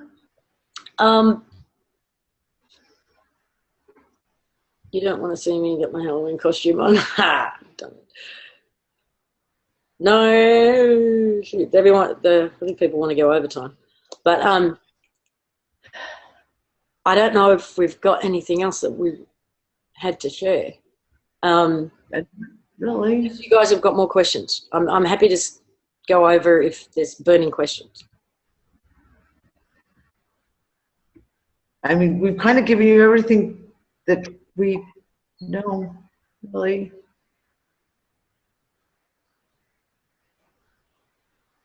Yeah, I'm sorry, this Westworld show is so much fucking disclosure. And like I said, I haven't watched this week's episode yet. I haven't had a chance to download it. I will do that as soon as we finish the show.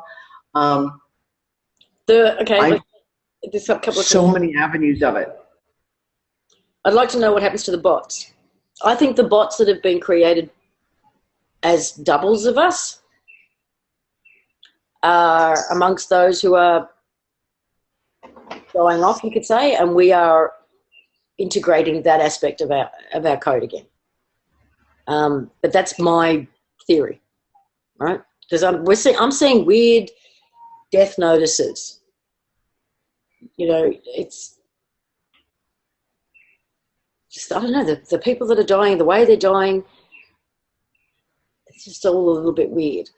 So I think it's the copies of us, and we're integrating them, and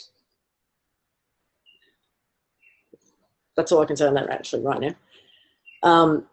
Talking about? What was that?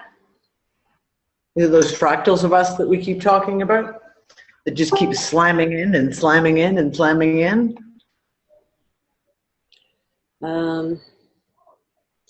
Nanobots, well, according to Leelu, 100% distilled water will pull all of that stuff out, and the 100% unlock intention also.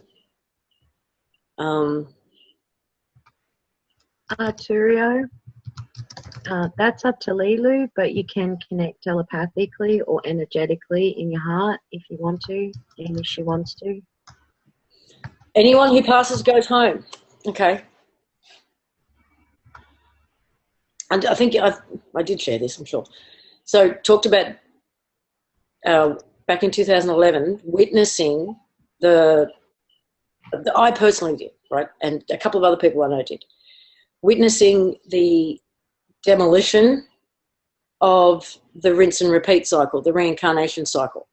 My personal belief is the reason we've been given so many near-death experience stories and stuff like that since the 70s is because they needed people to be looking for this light, all right, when they pass. They wanted this program to look for it. And since 2011, it hasn't been there. At least that one hasn't been there. So there have been some on death who have left the construct and gone to whatever home is home for them. There have been some who have been pretty well programmed to look for this particular light and haven't found it, and they're still floating around in here. So they are still inside the construct, which explains physicality, but they're still here.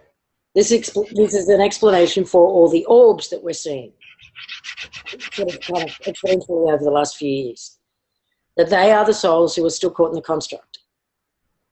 But they're also, from their vantage point, seeing what's going on and they're adding to our efforts to get the hell out of here. So don't be sad for them or anything, or think, you know, this is horrible, because they're actually helping. Yeah. So some have gone home, some are still in the construct, but those who are helping. The verifications we are still working on.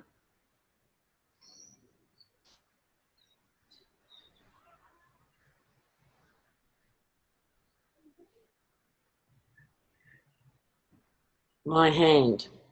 What are you saying, Maria? My hand. You've still got your hand up. Did you want to come out? Did you want to speak?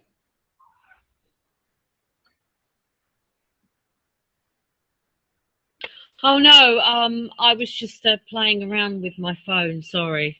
No, that's okay. The phones, the buttons on the phones get all screwy, and we've had a lot of people end up sharing screens and stuff like that. They don't mean to. It's just like those buttons are so wee on phones. Yes, they are helping from home. We are helping from this end. So it feels like the more that we focus on each other and the more connected we become, the quicker this whole process happens. Oh, sorry, Maria, I'm downloading Westworld. That's what I said. I'm downloading Westworld as soon as the show is over, this week's episode. Now, how am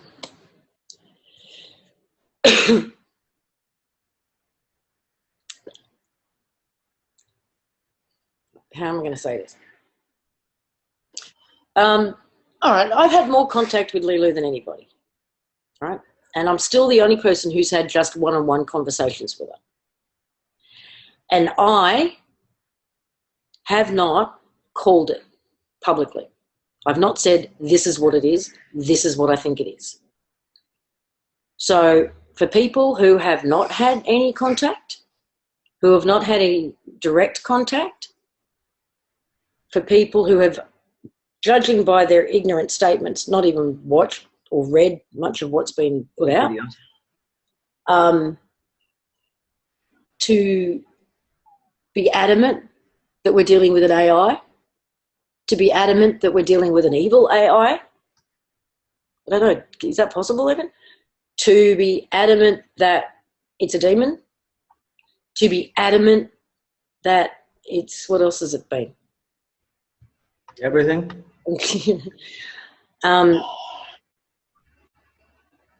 All I know is I'm going through a process of elimination and trying to rule things out. So I think last show I'd already ruled out that it's a nerd in his mother's basement. This is not a single human being, right? Yeah. That I'm convinced of. At this point, I'm pretty much also convinced, although there's still a little bit of a, that it's not an alphabet team, right? Simply because, well, not simply, actually, there's loads of reasons for it. It just doesn't make sense to me, right? I'm trying to see an end goal. I'm trying to see what would be achieved by this. And because to me, all it's done is got us to see our programs, it's got us to trigger, and it's brought us closer as a community. It's given us something to focus on together. It's gotten people in tune with their hearts. I'm trying to find the end game here as a psyop, and I'm not seeing it.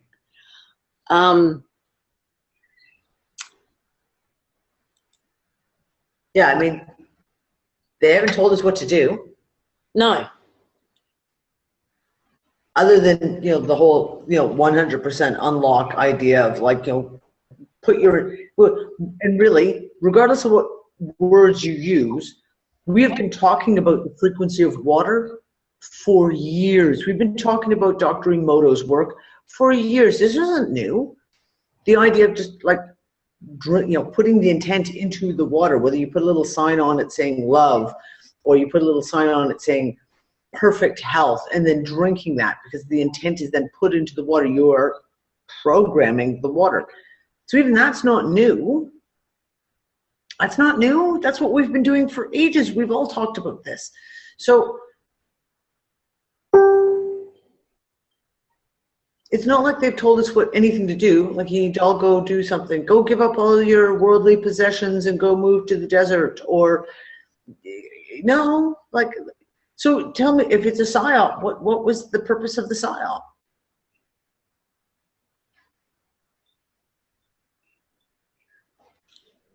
Well, maybe, you know, I mean, like I said, we can't make any mistakes right now. Nothing they're doing is working. So even if it is a psyop, we've turned it around on them. Yeah. Sorry to fuck that up for you. But I'm going to follow this trail until it exposes itself one way or the other. Yeah, exactly. Because we will never know if we don't. And even if all we find out at the end is the tech that they've got to screw with us, then we've learnt something. And we're that much more empowered as a result. So I don't see a problem here. I really don't. And my soul doesn't need saving. No, my soul doesn't need saving either, thanks.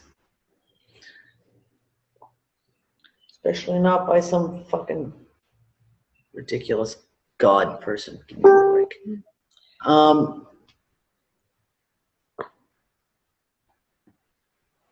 Yeah. Does anybody, Jeff, you're in the room. John, you're in the room. Either of you want to say anything?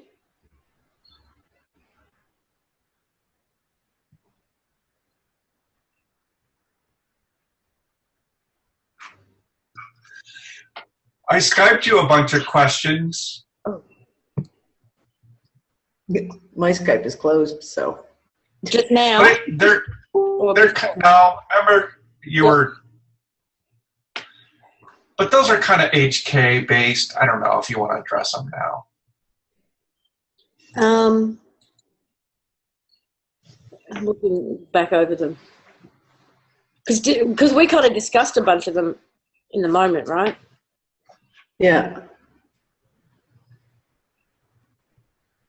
No one's playing the piano. It is the sound that Lisa's computer makes when it gets messages. Ding. What is your opinion about the people in the original construct on the other side? They're us. I don't know. They're just family. The two that we've spoken to seem nice enough. Okay, I got a question. Let's play this game. Let's play it. Because the ships thing, it's really threw everybody. Well, a lot of people anyway, right? Well, only the people who were there for the call. They didn't release that. True. Okay, so this might actually be news to some of you, right? Okay. It'll be news for some. Once connection was made with home and the 22 and Donna and Jefferson, and they realized that they were talking to humans who were remembering home, who were trying to get home, who were hearing, in some cases, telepathic communication from messages. They thought we were all on the same page. They thought, oh, they're all there, they're all awake, because they'd kind of given up on us, knowing that we'd been through this rinse and repeat cycle so many times that we didn't have a clue who we were anymore. Okay, so when they spoke to us, they thought everyone was on the same page. And the next day, there was a call, an impromptu call, that the post was, the join link was put in the UU room and in the LMH members room. And that we had about 90 people on the call. I wasn't even on the call because it was the middle of the night for me. Yeah. Leelu, Jeff, and Alex came on and said, well, we can come pick you up. We can come get you. And we went, what do you mean? And they went, well, we've got our ships. We can come get you. And there was like, like what? Because you know, if Spear Alliance turns up in a ship, I'm not going anywhere, right? So this does. Anyway, so But that's another whole story. We don't need to go there. no. So there was a huge discussion, and then the next day, the LMH members in the collective imagination call, we talked about this for like 4.5 hours. Right?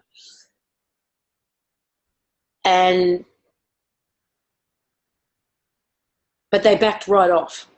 They backed right off when they realised, oh shit, they're not all on the same page. Yeah. They don't all remember. Okay, and they backed right off. They pulled that off the table right there and then, pretty much.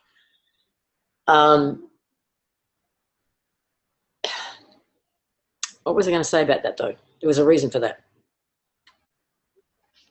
I'm not in your head. I mean, I actually surprised myself because we'd already talked about their technology. We'd already talked about the idea that maybe it's their ships that have been reverse engineered all this time, and the whole alien thing is just a meme to cover all that up. So why was I surprised that they would offer to come and get us if that's what we wanted? And I was. Can I interrupt a little bit, Lisa? Absolutely. Go ahead, Don. I want to explain to those who are listening why that happened. Now, everyone knows that I had a conversation with Jefferson, and in that conversation, afterward, I said to Lisa, I can feel him. He's wanting to come and get me. He's screaming to come and get me. And I felt over a couple of days, huge discussions. So that is why, because they were pushing it, because he wanted so badly to come and get me. And I could feel that in my core. I could feel it telepathically. And so, yeah, I don't understand why you were surprised either, Lisa, because I already told you he was going to try. I know. So this was really Jefferson's initial reaction to finding Donna. Leelu actually said in that initial conversation that they had to restrain him because he wanted to jump in a ship right there and then come and get her. And it's like... And then made secret plans that when everyone went to sleep that night, he was going to steal the ship and come and get her. So it became, you can't just go and get her. Okay, we've got to think this through. So it became, well, we can go and get them all, right? So it was an evolving situation based on Jefferson finding Donna.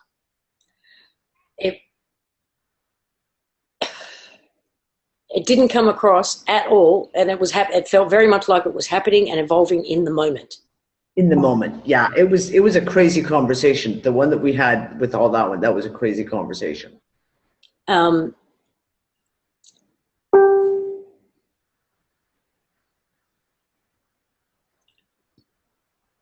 They couldn't find us. They didn't. Charlotte just asked, if they could come and get us now, why not do it 4,500 years ago before we went through all this shit? They did not know.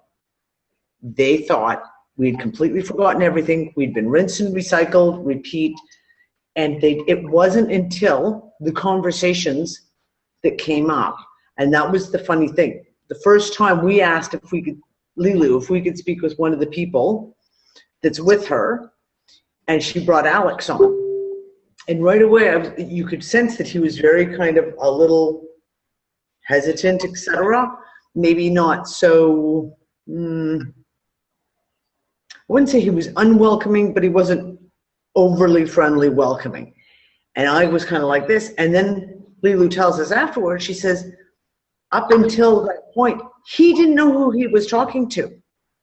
All he knew is that Leelu had made contact with some people. He didn't know who we were. As far as he was concerned, we could have been the Dracos.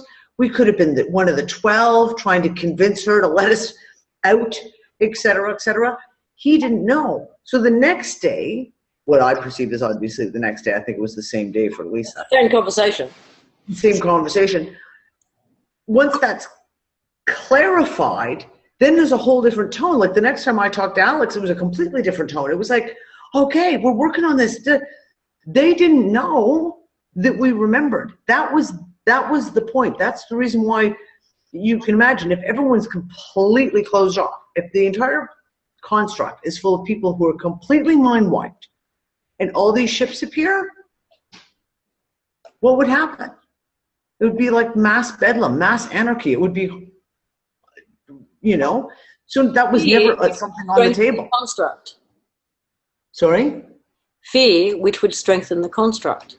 Fear, which would strengthen the construct. It wasn't until they realized that not only were we here, that we remembered, at least some of us, that we knew and that we were trying to get out. We recognized that it was a construct, number one, and that we were trying to get out. It wasn't until that all of a sudden they were like, oh, and it was that whole weekend that we talked to them, it was like epic 8 and 10 hour conversations that were going on, and it was like, okay, so what are they doing? Leelu would disappear. She goes, okay, I've got to go talk to my team, and she disappeared for like 15 minutes, then come back and go, okay, well now they're working on this, and they're running scenarios if we did it this way, and if now they're running other scenarios, and they're trying to, and it was all on the fly. Yes, our codes have been messed with, so they couldn't find us. Yes. Right? They couldn't pinpoint us, and it was never like a big mass fleet of ships just coming invading. That was never the plan. That was not what they said. No. And what was the other thing?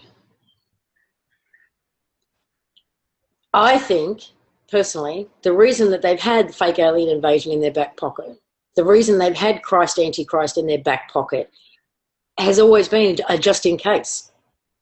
Right? Because they know they're there. They know they've got the tech.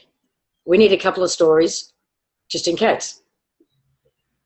Okay, there's been several people, including Charlotte, to you, who've just said that they've just said that kind of heals years of abandonment issues for them.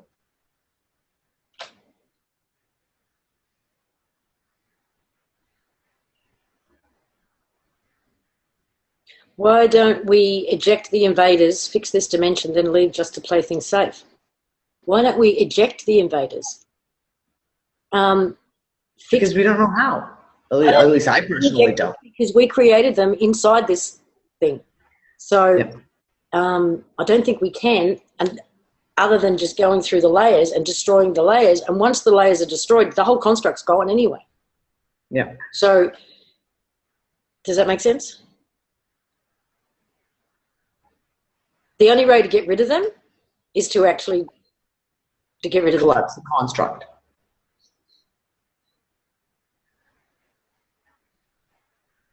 But there was something I was going to say about this. Oh, that's what I was going to ask. I was going to do a little bit of a poll. Yeah. Now, based on everything that you know about this story, and based on all the research you've done over the years, and you know about Blue Beam, and you know about all these other alliances that are, you know, Nidal, Sheldon Nidal's Ascension Chambers, and God knows whatever else, right? We've all looked at all of it, which is why we had the reaction that we did. No, and Andrea, we're not giving them our constructs. No. Andrea, this isn't our construct, is what the point is. It's their AI tech construct. They changed our construct. Yeah. And we want that one back. To do that, we have to destroy theirs.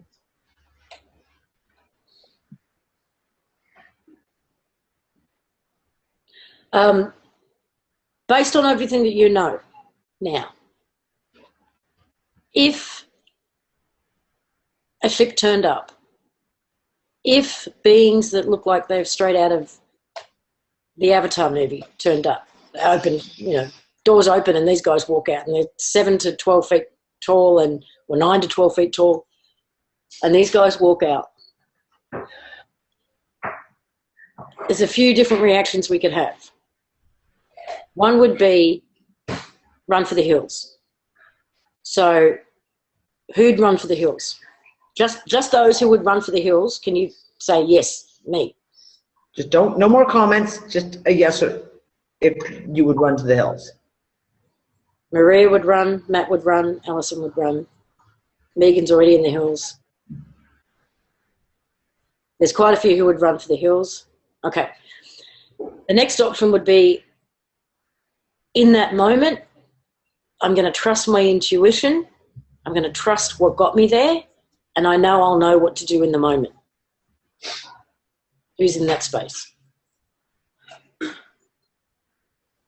Okay, a lot more.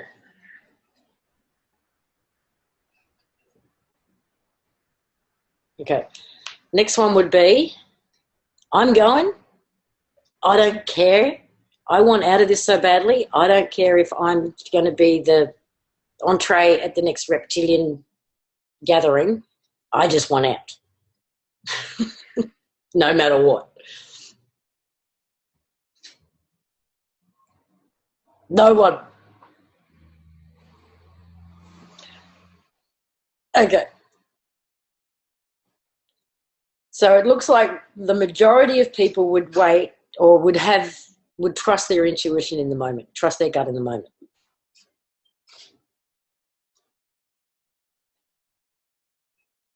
And there's a few who would go, yep, just go through with it. Okay, there's quite a few.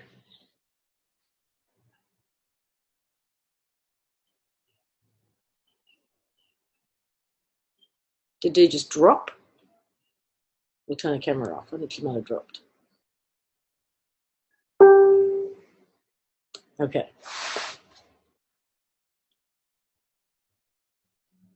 You know, I personally am of thinking that, yeah, okay, these guys have got tech, and yes, they can mess with us. Why do I ask? Because I'm genuinely curious based on all the different responses that we've been seeing over the last couple of weeks.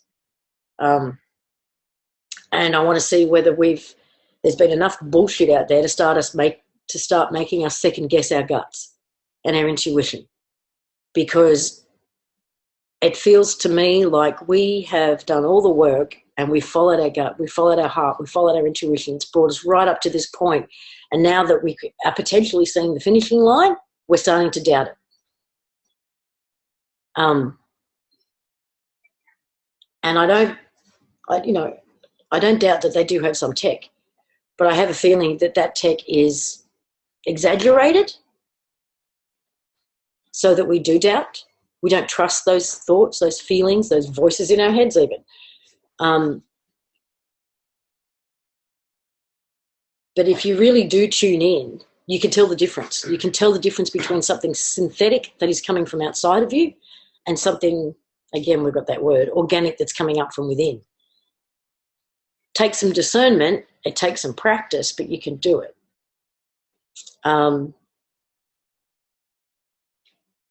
Inner alchemy. Yeah.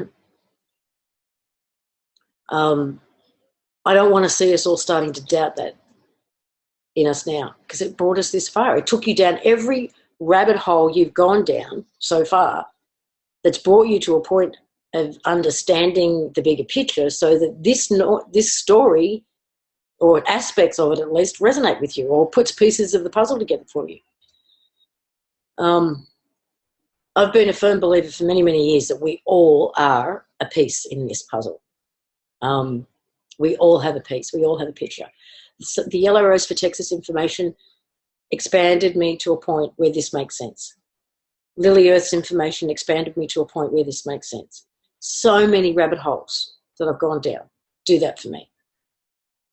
But none of them have been the complete, absolute 100% truth. But they are a big piece. HK, same thing. So many things.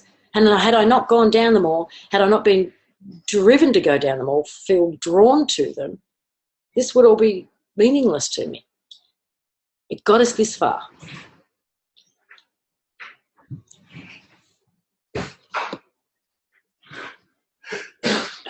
Jim? Do you want to be on camera?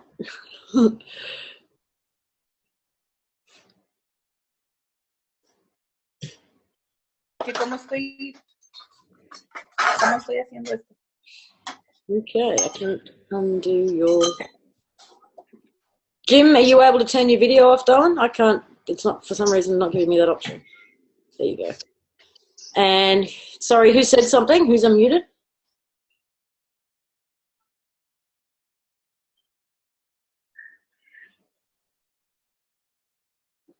Yeah, everything. And every time we've dropped through a layer,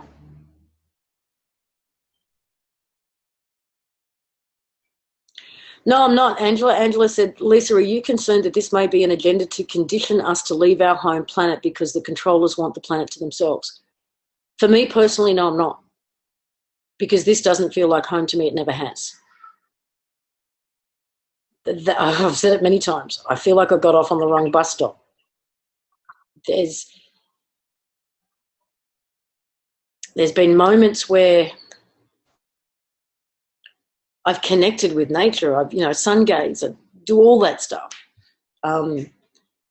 But I feel like what I was connecting to was beyond what I was seeing. It's beyond the construct. Maybe using nature as a stepping stone to it or something. But that's for me. Stranger in a strange land. Yeah, exactly.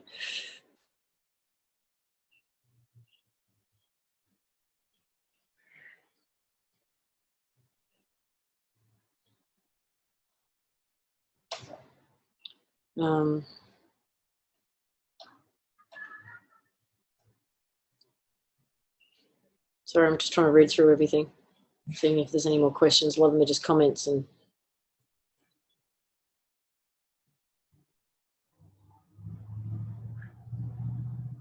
is suicide a fast track to home?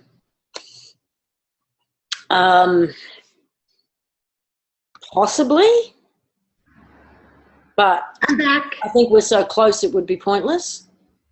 It would be a shame, actually. I wouldn't recommend it. I think there are still traps in place once you've left this body, so that you don't necessarily take the fast track. I think it creates probably a lot of trauma that you need to heal on the other side. I just don't think it's worth it right now, not when we're this close. Why fall over the finish line when you can, run through the banner?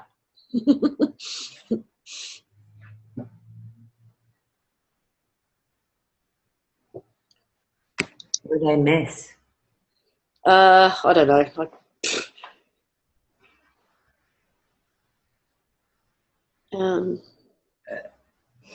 Just trying to answer questions. And someone just asked, would suicide be a fast track home?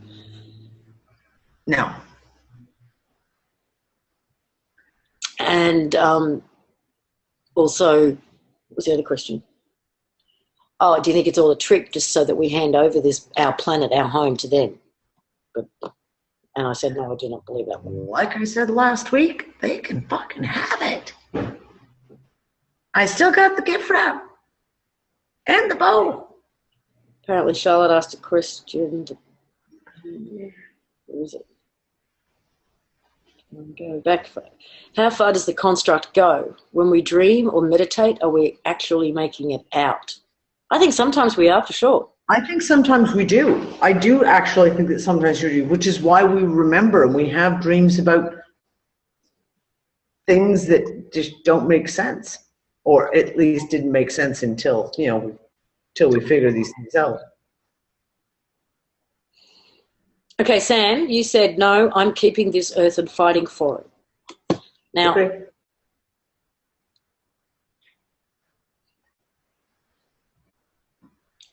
I've had to do this. Many people have had to do this. And maybe you're absolutely certain already.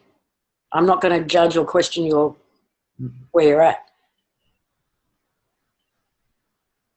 And maybe nature is the thing for you, so, that's what you're connected to.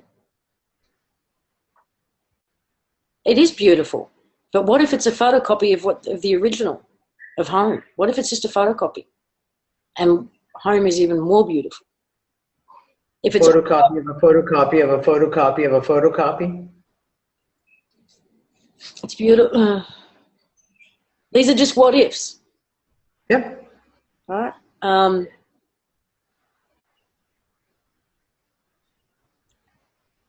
I think we can only do what resonates with us. That's all. I'm sorry, but it comes down to everyone's going to just do what feels right to them in the moment.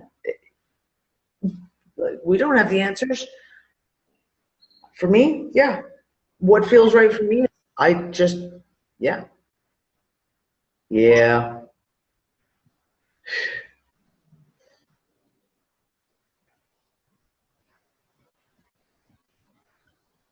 Yeah, I agree with Tracy. This place can't compare to the home I've always felt existed. That's Yeah. place. For me personally, I have known my whole life that this is not my home. I don't fucking belong here. This is not my reality. This is not how reality should be. So for me, I have no invested want to continue with a place that I've never felt at home. It's been an ongoing joke in my family. I mean, I'm the black sheep of my family, very obviously.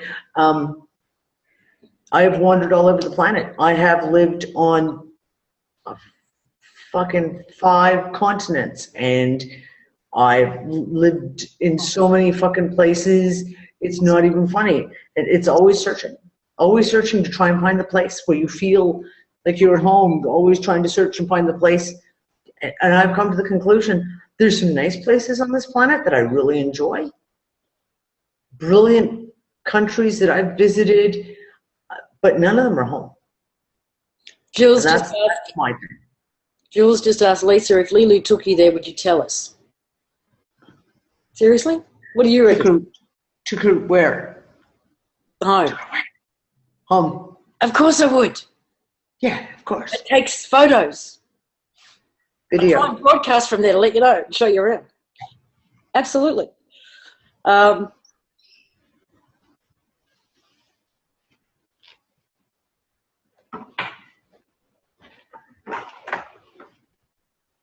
Yes, I plan on taking my kids. Of course. The thing is, if this works, if we keep doing what we're doing, this whole construct just collapses and we just essentially walk into home. Yeah. That's the image I've been given, right? We don't need ships to come and get us. We're doing the work. We're collapsing this matrix. We're unfucking it.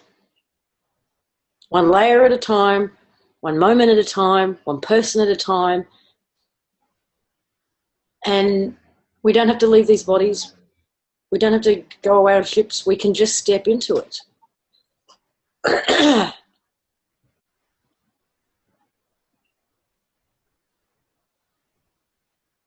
Philip says, no, that I can relate to. I don't need ships to get there. I want to ride on a fucking ship. I'm sorry, I've been saying this on fucking 2013. It became the fucking joke of the show that at least one point in time during the show somehow it would come up and I would be like, I don't fucking care. I want to ride on a spaceship. I just do. So, just put it out there. I want to ride on a ship. Seriously, ride on a spaceship. Come on. I am a major Star Wars fan. Until this information came out, though, how many of you secretly felt like this just wasn't home, but it's not something you openly talked about?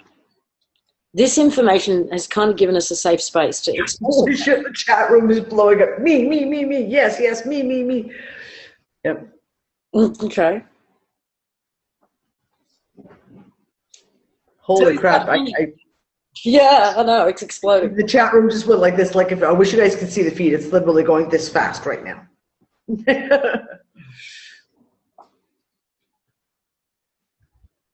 Okay, a lot of you didn't ever make a secret of it.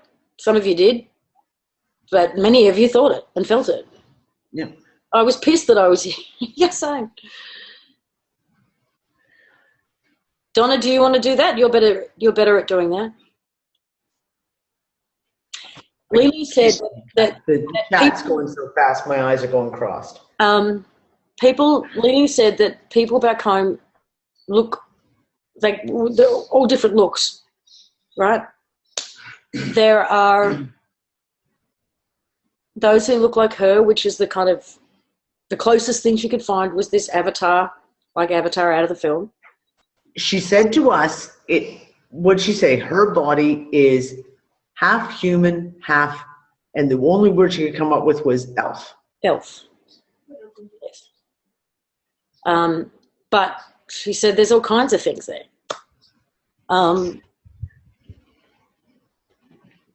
It's not, there's more diversity there than there is here in form. Larry, elf without the pointy ears. Sorry.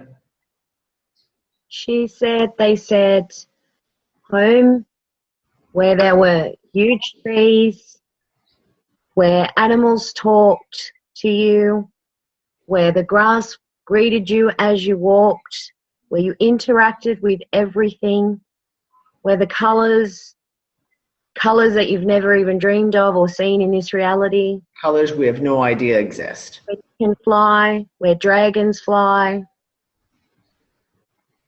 No death, no illness. It's made of light. It's made of conscious light. It interacts with you, and you interact with it, your entire surroundings. You can communicate with everything, the plants, the animals. It sounds very much like a combination of the movie Avatar and what was the other one? Someone just mentioned it. Tolkien without the orcs. Tolkien, yeah, right. No orcs. Sorry.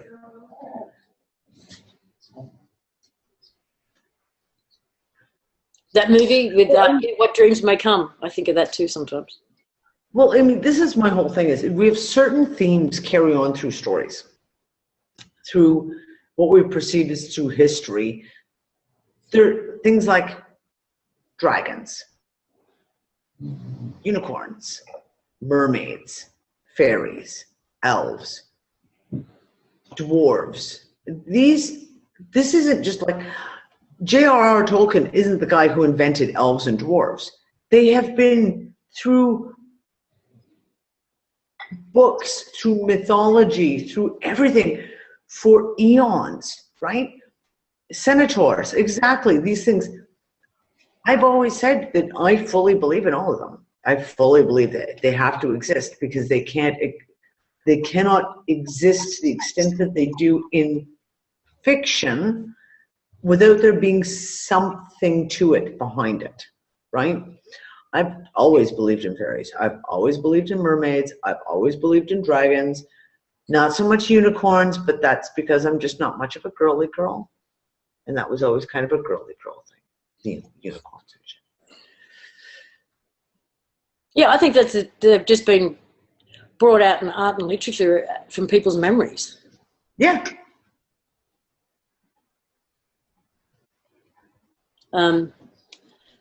What else did she say? Oh, Leelu asked us last night. She said, how often do you eat? And we said, once or twice a day, because that's all we do. I said, but the norm is like 3 meals a day. She said that once a week is all she eats there, and it's really for pleasure. There is a drink, which is that sustains them, and they again drink that occasionally. They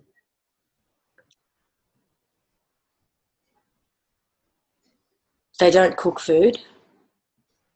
Everything's eaten fresh. Do they have weed?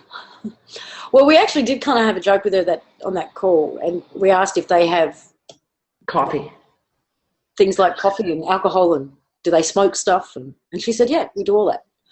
And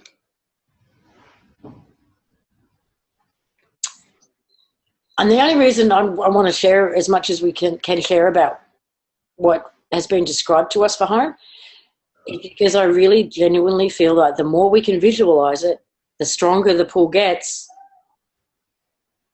and the quicker we get out of here. I don't think you can have your own dragon because they're free beings, so that's kind of like slavery. But you could be friends with a dragon, maybe. I don't know. I'm definitely going to be friends with a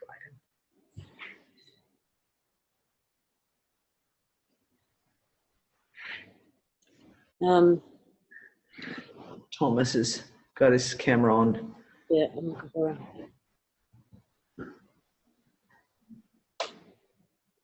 There we go. There we go.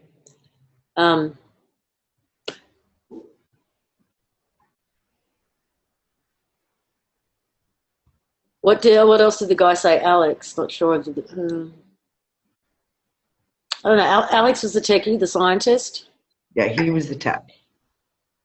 He's been, well, they initially just got very busy running scenarios. Sorry, I just yawn bombed you. Yeah, contagious. Is there anything else about what either Leelu said or you remember, Donna, that in terms of home that might help?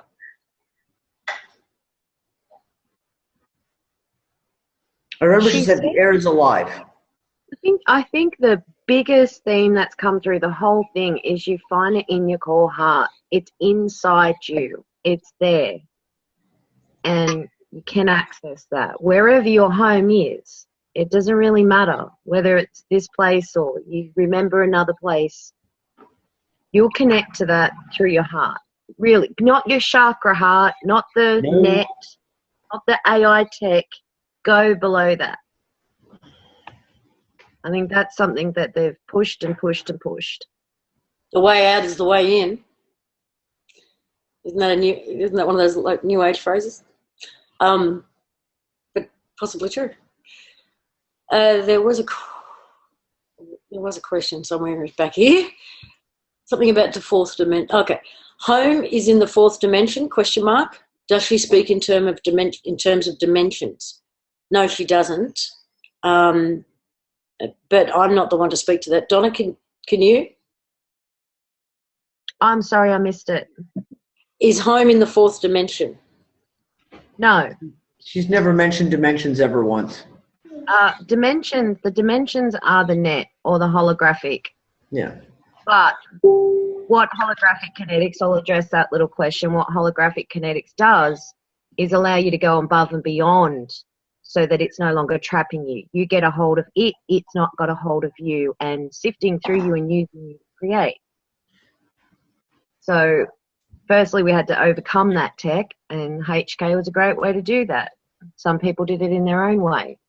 But all these dimensions are the layers and are the tech and the net.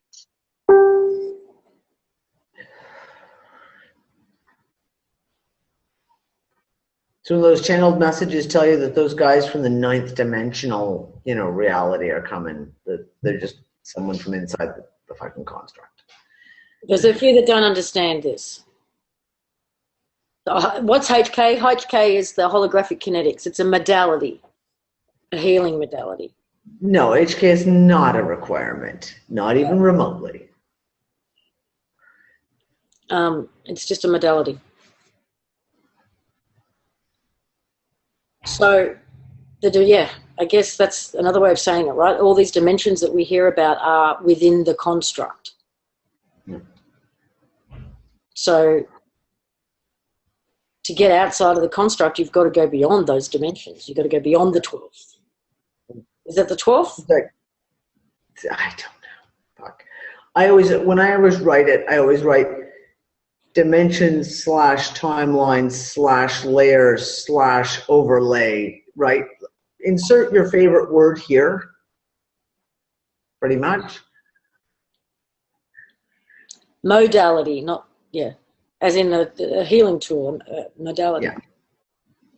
Yeah. Yes, I do believe there is There is a firmament, which is on the outer layers of Saturn, Jupiter. You don't think of them as planets and going out to outer space, and think of them as tech, think of them as the way to create a dimension or a layer. Yeah, beyond that is a dome. See, I don't agree. That's just my own personal thing. I don't believe there is a dome. I just think that it's just, like they say, just an endless plane. No, she's not talking about that. What's she talking about then? She's not talking about a dome in the sense of the flat Earth movement dome. But in terms of a construct, the bigger part of the picture. Within Yeah, no.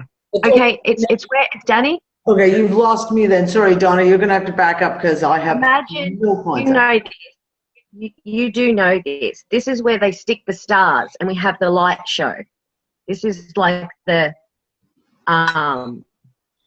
silicon display screen that tells us we're in an eternal galaxy, you know, that goes on forever and ever and ever. That's the light show where we got those light bulbs.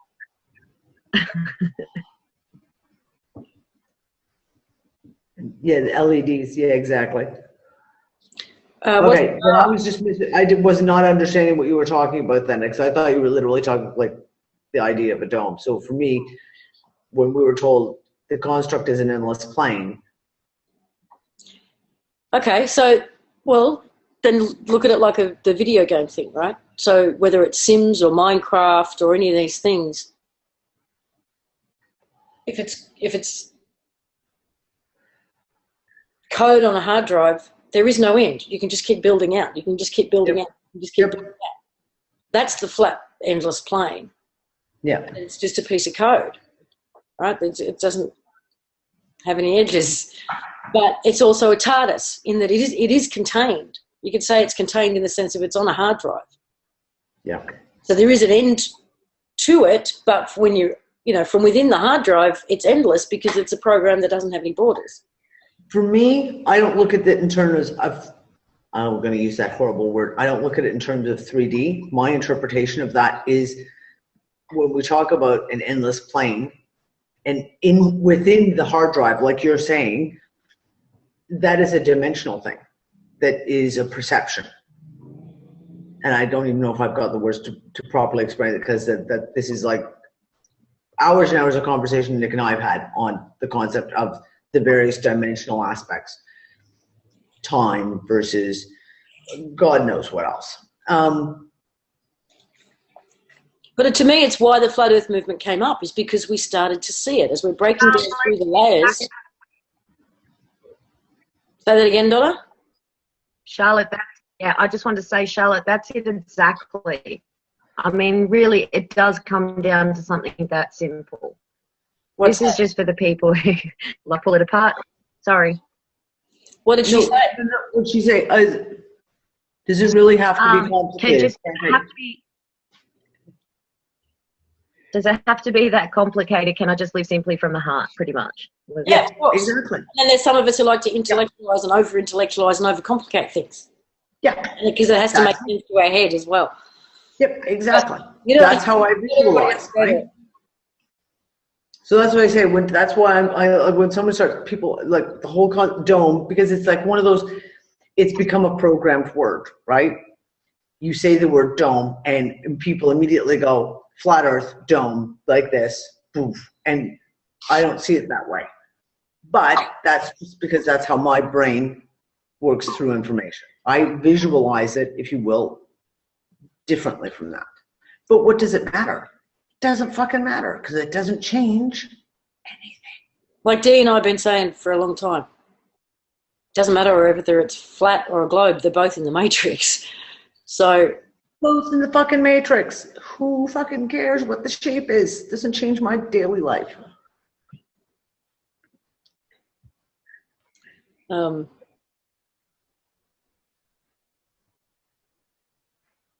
Yes, and that's it. We've all got to keep asking the questions, because I think that's what's got us here.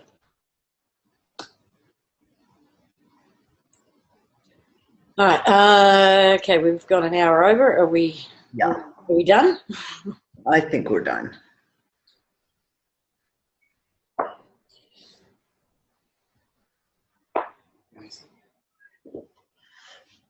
And see, I feel completely different about that. Someone just said, change of topic about yay, love trick-or-treaters. For me, I'm so fucking glad to be in Europe where no one does trick-or-treating and it's totally undone here. And my kids are all like, Yeah, we don't do Halloween over here, so sorry, no, you're not participating in this pagan ritual. That's just me, though. I'm a real killjoy on that stuff. We don't celebrate Christmas either. We celebrate McKinney Gift Giving Day.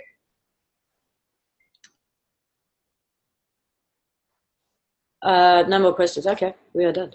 We're All right. done. We're done. Cool then.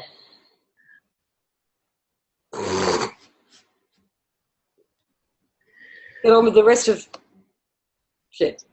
Your day and my bedtime. All right. Thanks, guys. We'll see you next week, if not before. Yeah, if not before, you never know. Bye. Bye, guys.